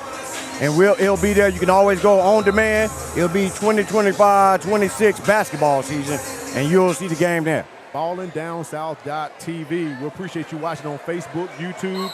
If you lose the stream, jump back on. It'll come back on. But always BallinDownSouth.tv, Corey. We got you. No question. Jack Jackson checking in tonight. We appreciate his support. 4-point game. Blount is going to the zone. LeFlore has to find a way to screen the zone, throw over the top. That's a 3. Not really needed right there by Justin Lawrence. I think he forced that one. Blount gets the rebound. And the Rattlers can't afford to pick up full court pressure because of the foul trouble that they're in. Correct. And Jaden Beck had to hurry up and get across the timeline. He was approaching the 10-second count as we approach 3:30 remaining here in the contest. Rattlers down by 4. Beck being patient, taking his time as he's controlling the offense for Blount. You got to trap if you're LeFlore off every pass because Blount's just looking to stall. They're not looking to score unless it's a backdoor layup. Pretty much. This is the delay game, and you have a timeout being called by Shumbay Hunter with his blazer on, with it being about 80 degrees here in the gym. Yeah, but he is cooler than a cucumber, Corey. Being patient. Talked about Coach Shumbay Hunter. He was the head coach at Foley from 2010 to 2015. He was at Williamson from 2018 to 2024. He won a 4A championship. He won the Area 4 championship and the 2024 A state title at Williamson. His career record, 189 and 133, So he has a .587 career winning percentage. A very well experienced coach here on the Gulf Coast. Hey, I will say this, Shumbay is coaching with his brother, Lorenzo Hunter, who was the former head coach at Ballin County there in the 90s and early 2000s. Some epic battles I had with him as an assistant coach at LeFlore when he was the head coach at Baldwin County. But Jeremy Amy, Rashad Johnson, William Jackson, Chris Armstrong, all part of this staff that Shumbay has brought in to what he calls revitalize and bring back Blount basketball. No doubt about it. This team went 10-13 last year. We know it was a disappointment. A lot of the faithful, wonder what happened to their old Matty T. Blount. We know they've gone through some trials in football as well, but maybe this could be a new beginning for the Leopards with some instill about Coach Hunter here. And again, you talk about new beginnings. We have new beginnings here on Ballin Down South Sports Network, and Johnny Odell, a great photographer, locked in and tuned in as well. Hey, Mr. Johnny. And Johnny, we need some headshots. Hey, Mr. Johnny. We appreciate you tuning in. All right, here we go, approaching 3 minutes. Blount on top by 4 coming off this timeout from Shumbay Hunter. They're double teaming Beck. That means somebody is open, and Beck finds Kobe Benjamin, and Benjamin loses it, gets it back, and we got a foul on the play. There is a foul, Allen. Sometimes when you play not to score, you become timid and almost turning the basketball over. If you have a clear lane to the basket, don't be scared to take it. I know Coach is scared and wants you to delay, but sometimes you turn the ball over playing scared, and that's how you lose a nice 4 or 5 point lead trying to delay too early in the game. Braylon Taylor picks up his 4th foul at the line as Kobe Benjamin drops in the first. And here in the 4th quarter, Blount shooting 2 for 7 from the free throw line. And you got to make free throws down the stretch, and Kobe Benjamin having an opportunity to cash in and extend this lead to 47-41. Benjamin misses the second. And a quick foul called on Naheem Thomas, and that is his 5th. Thomas will have to go to the bench. And it'll send Zarek. And as I look at my notes, Corey, it's kind of reminiscent of how we started the game. Blount has had 8 free throw opportunities here in the 4th quarter, and LeFlore has only had 1. And I don't think they realized that may be the 5th. Yeah, they just did and made the substitution. Okay, there he is. And again, 46-41 our score. And share, again, this is tune in and tell a friend time, Al, that we're at the 10 o'clock hour with a great tip-off game here to start high school basketball. You would think it was a Friday night, but it is not. It is Thursday night. These kids got to go to school tomorrow. I got to go to work tomorrow as well. I would like to eat my birthday cake sometime tonight, Al. I bet you would, Corey. Taylor thought about the 3. Offensive foul. And if that's on Taylor, that's his 5th. And he's going to the bench. And he cannot believe it as he runs to the opposite end of the floor, pleading his case to Rufus Hudson. But it's too little too late, Corey. That is his 5th personal foul. And that is going to be the 4th LeFlore Rattler to foul out tonight. We talked about this earlier. Too much fouling done by LeFlore. Well, you have to adjust to the officiating. And again, the hand checking or the arm bars or the pushing off the offensive fouls. This is a veteran crew, a Final Four crew that has done a tremendous job being on top of it. The fans necessarily don't like it, but I will say this.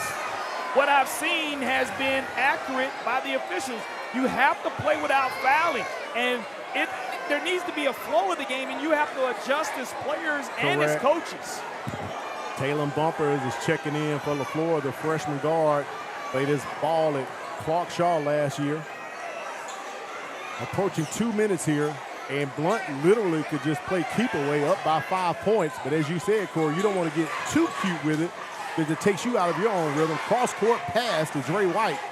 And White, I thought that was an up and down. It was tipped. It was tipped. Okay, there we go. Knocked out of bounds by LeFlore. Blount is looking not to score.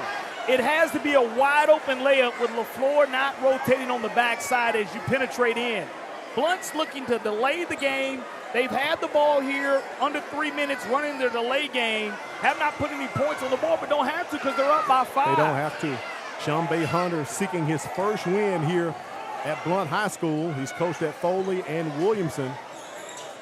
Trying to trap Jaden Beck, and Blount pretty much working the floor here, and LeFlore's got to come up to play some defense. And that's the pass you're talking about. Couldn't get it in. Jaden McMillan.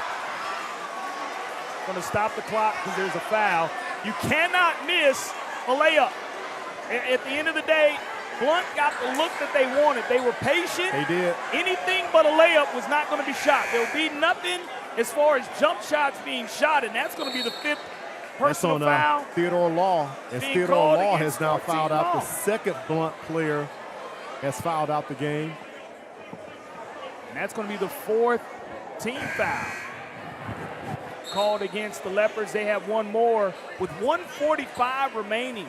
The clock is stopped, and the Rattlers have to be aggressive to try to get the clock stopped and jump into the press without fouling, because you're down by 5. You know Shumbay Hunter definitely is going to go to his delay game, and we're talking about whether this is the 15th foul or the 14th foul. I think it's the 14th foul. I think it's the 14th foul myself. That's what I have on my notes. Yeah, it's the 14th foul called against the Rattlers in the quarter. But the Rattlers have to play without fouling if they score. 2-possession ball game here for LeFlore. Down 5 with 1:43 to play. Justin Lawrence running it up the lane. He goes, drops in the floater for LeFlore, cuts the lead to 3. Pressure on Blount right here, full court. LeFlore pulls back.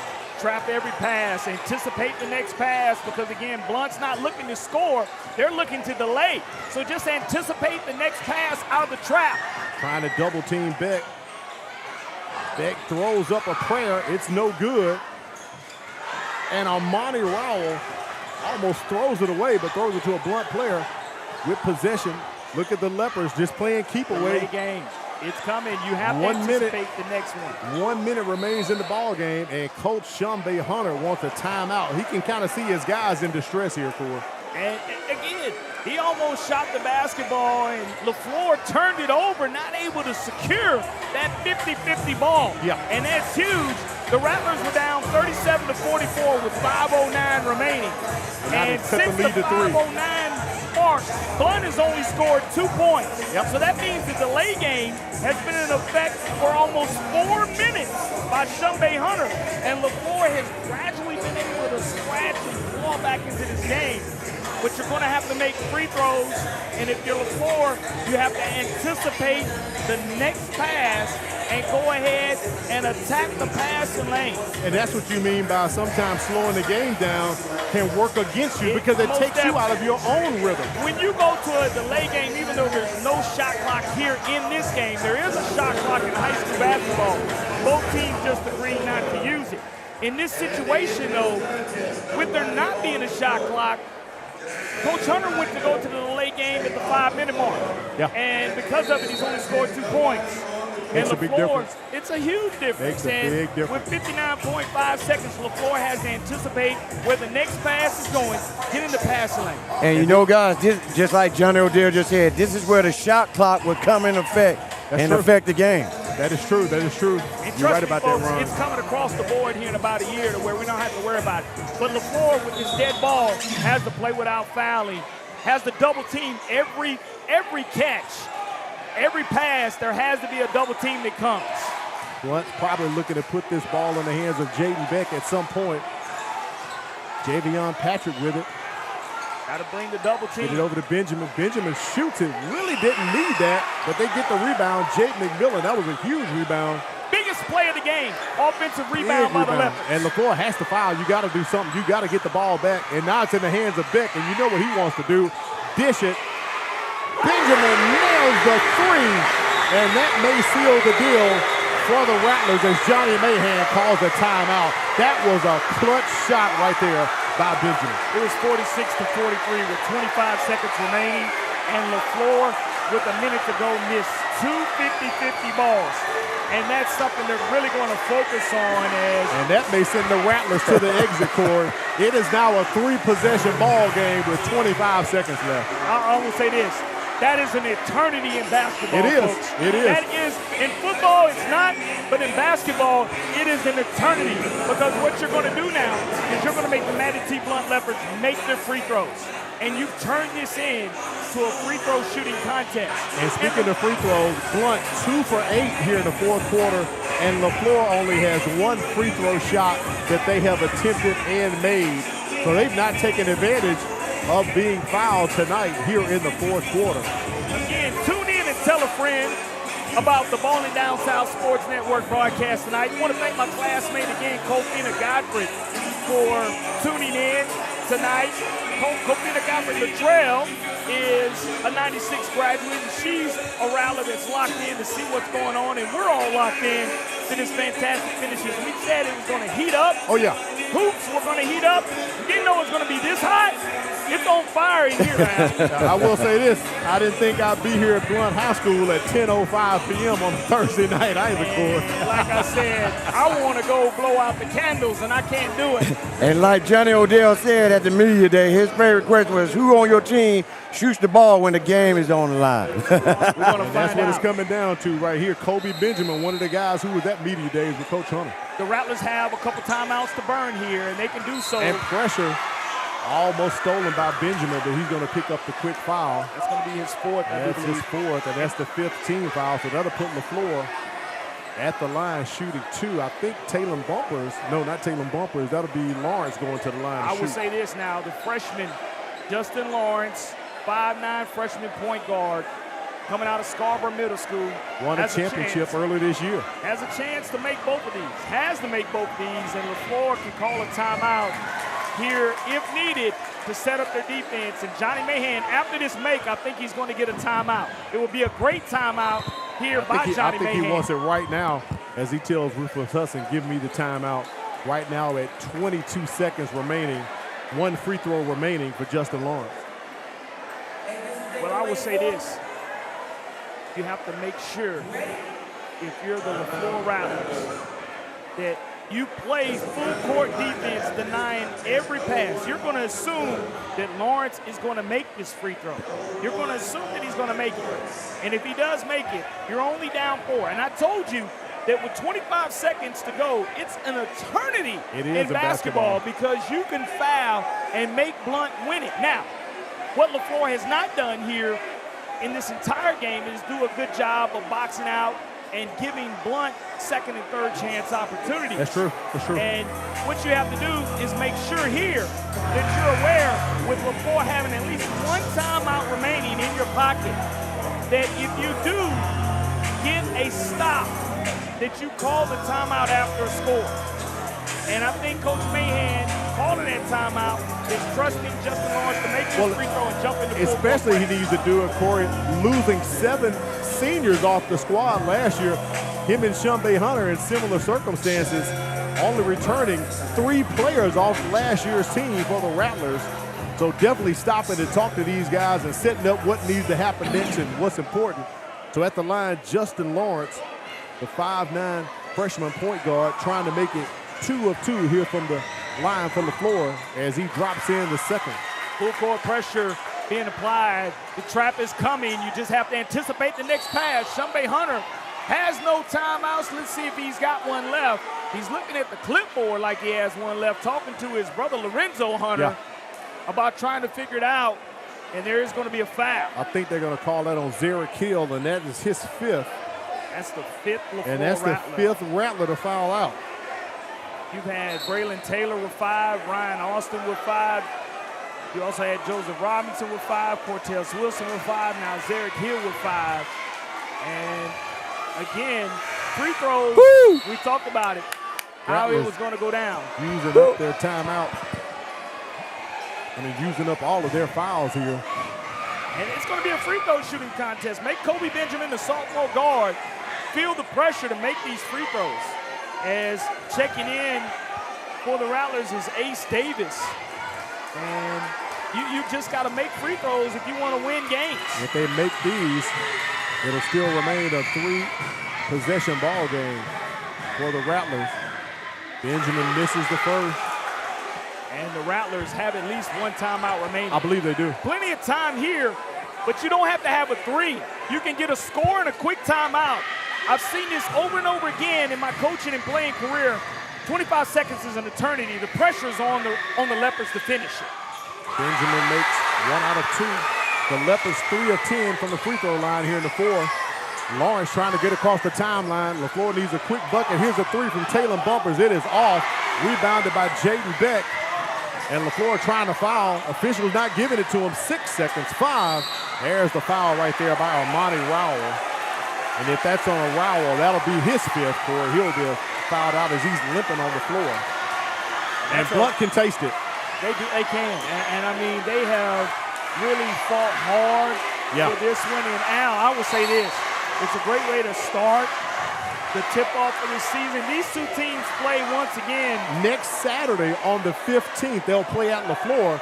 And as I said, that will be LeFlore's first home game in over 3 years. They had their gym renovated along with their campus. They were playing home games at Bishop State. Yeah, first home game back in the Snake Pit, the Rattlers Den, where Sherwood Shockers got started. And trying to start a new home court advantage will be Johnny Mahan having that true home game. But Blount just salting this game away. I will say this. Coach Hunter said everyone was excited about the return of Jaden Beck, and Jaden Beck made himself known tonight. If I had to hand out a player of the game, I would definitely give it to Beck, because Beck has done a fine job tonight for the Leopards as they get the win over LeFlore, 52-45. What a great ball game we had tonight here as we kicked off high school hoops on the Ballin Down South Sports Network. Absolutely, Al, and it boiled down to free throws in this contest. And Ron, we absolutely love the fact that we were able to bring such an exciting game to the Ballin Down South Sports Network. As again, Al, we knew what we were going to get coming into this game. No doubt about it. It lived up to the hype of the hoop season beginning. It lived up to the hype. It lived up to the building. Shambe Hunter gets his first win as a Blount head coach, Corey. He does, and again, it's going to be something that Coach Mahan's going to put on film and tape and say, hey, guys, we can't win games if we foul. Right. We've got to stay out of foul trouble and box out. But the great job by both of these schools coming together to put on an electric high school basketball atmosphere. Unbelievable. To start off this high school season, you couldn't ask for better. We appreciate you tuning in tonight to watch this contest between LeFlore and Blount. Don't forget, tomorrow night, we're taking it out to Baker High School. We're giving you football. Remember, it's on the NFHS network. You have to have a subscription to watch the game. You can't watch it on social media platforms or ballinDownSouth.tv. But if you have an NFHS subscription, you can watch us tomorrow night with Florence versus Baker. Our next basketball game is Tuesday, Corey. Murphy versus Spanish Fort right here on the Ballin Down South Sports Network. For Ron Wallace, Corley Bounty, I'm Al Wheaton. We appreciate you tuning in. Blount gets the win, and Shambe Hunter gets his first victory as a Blount coach. Have yourself a great night.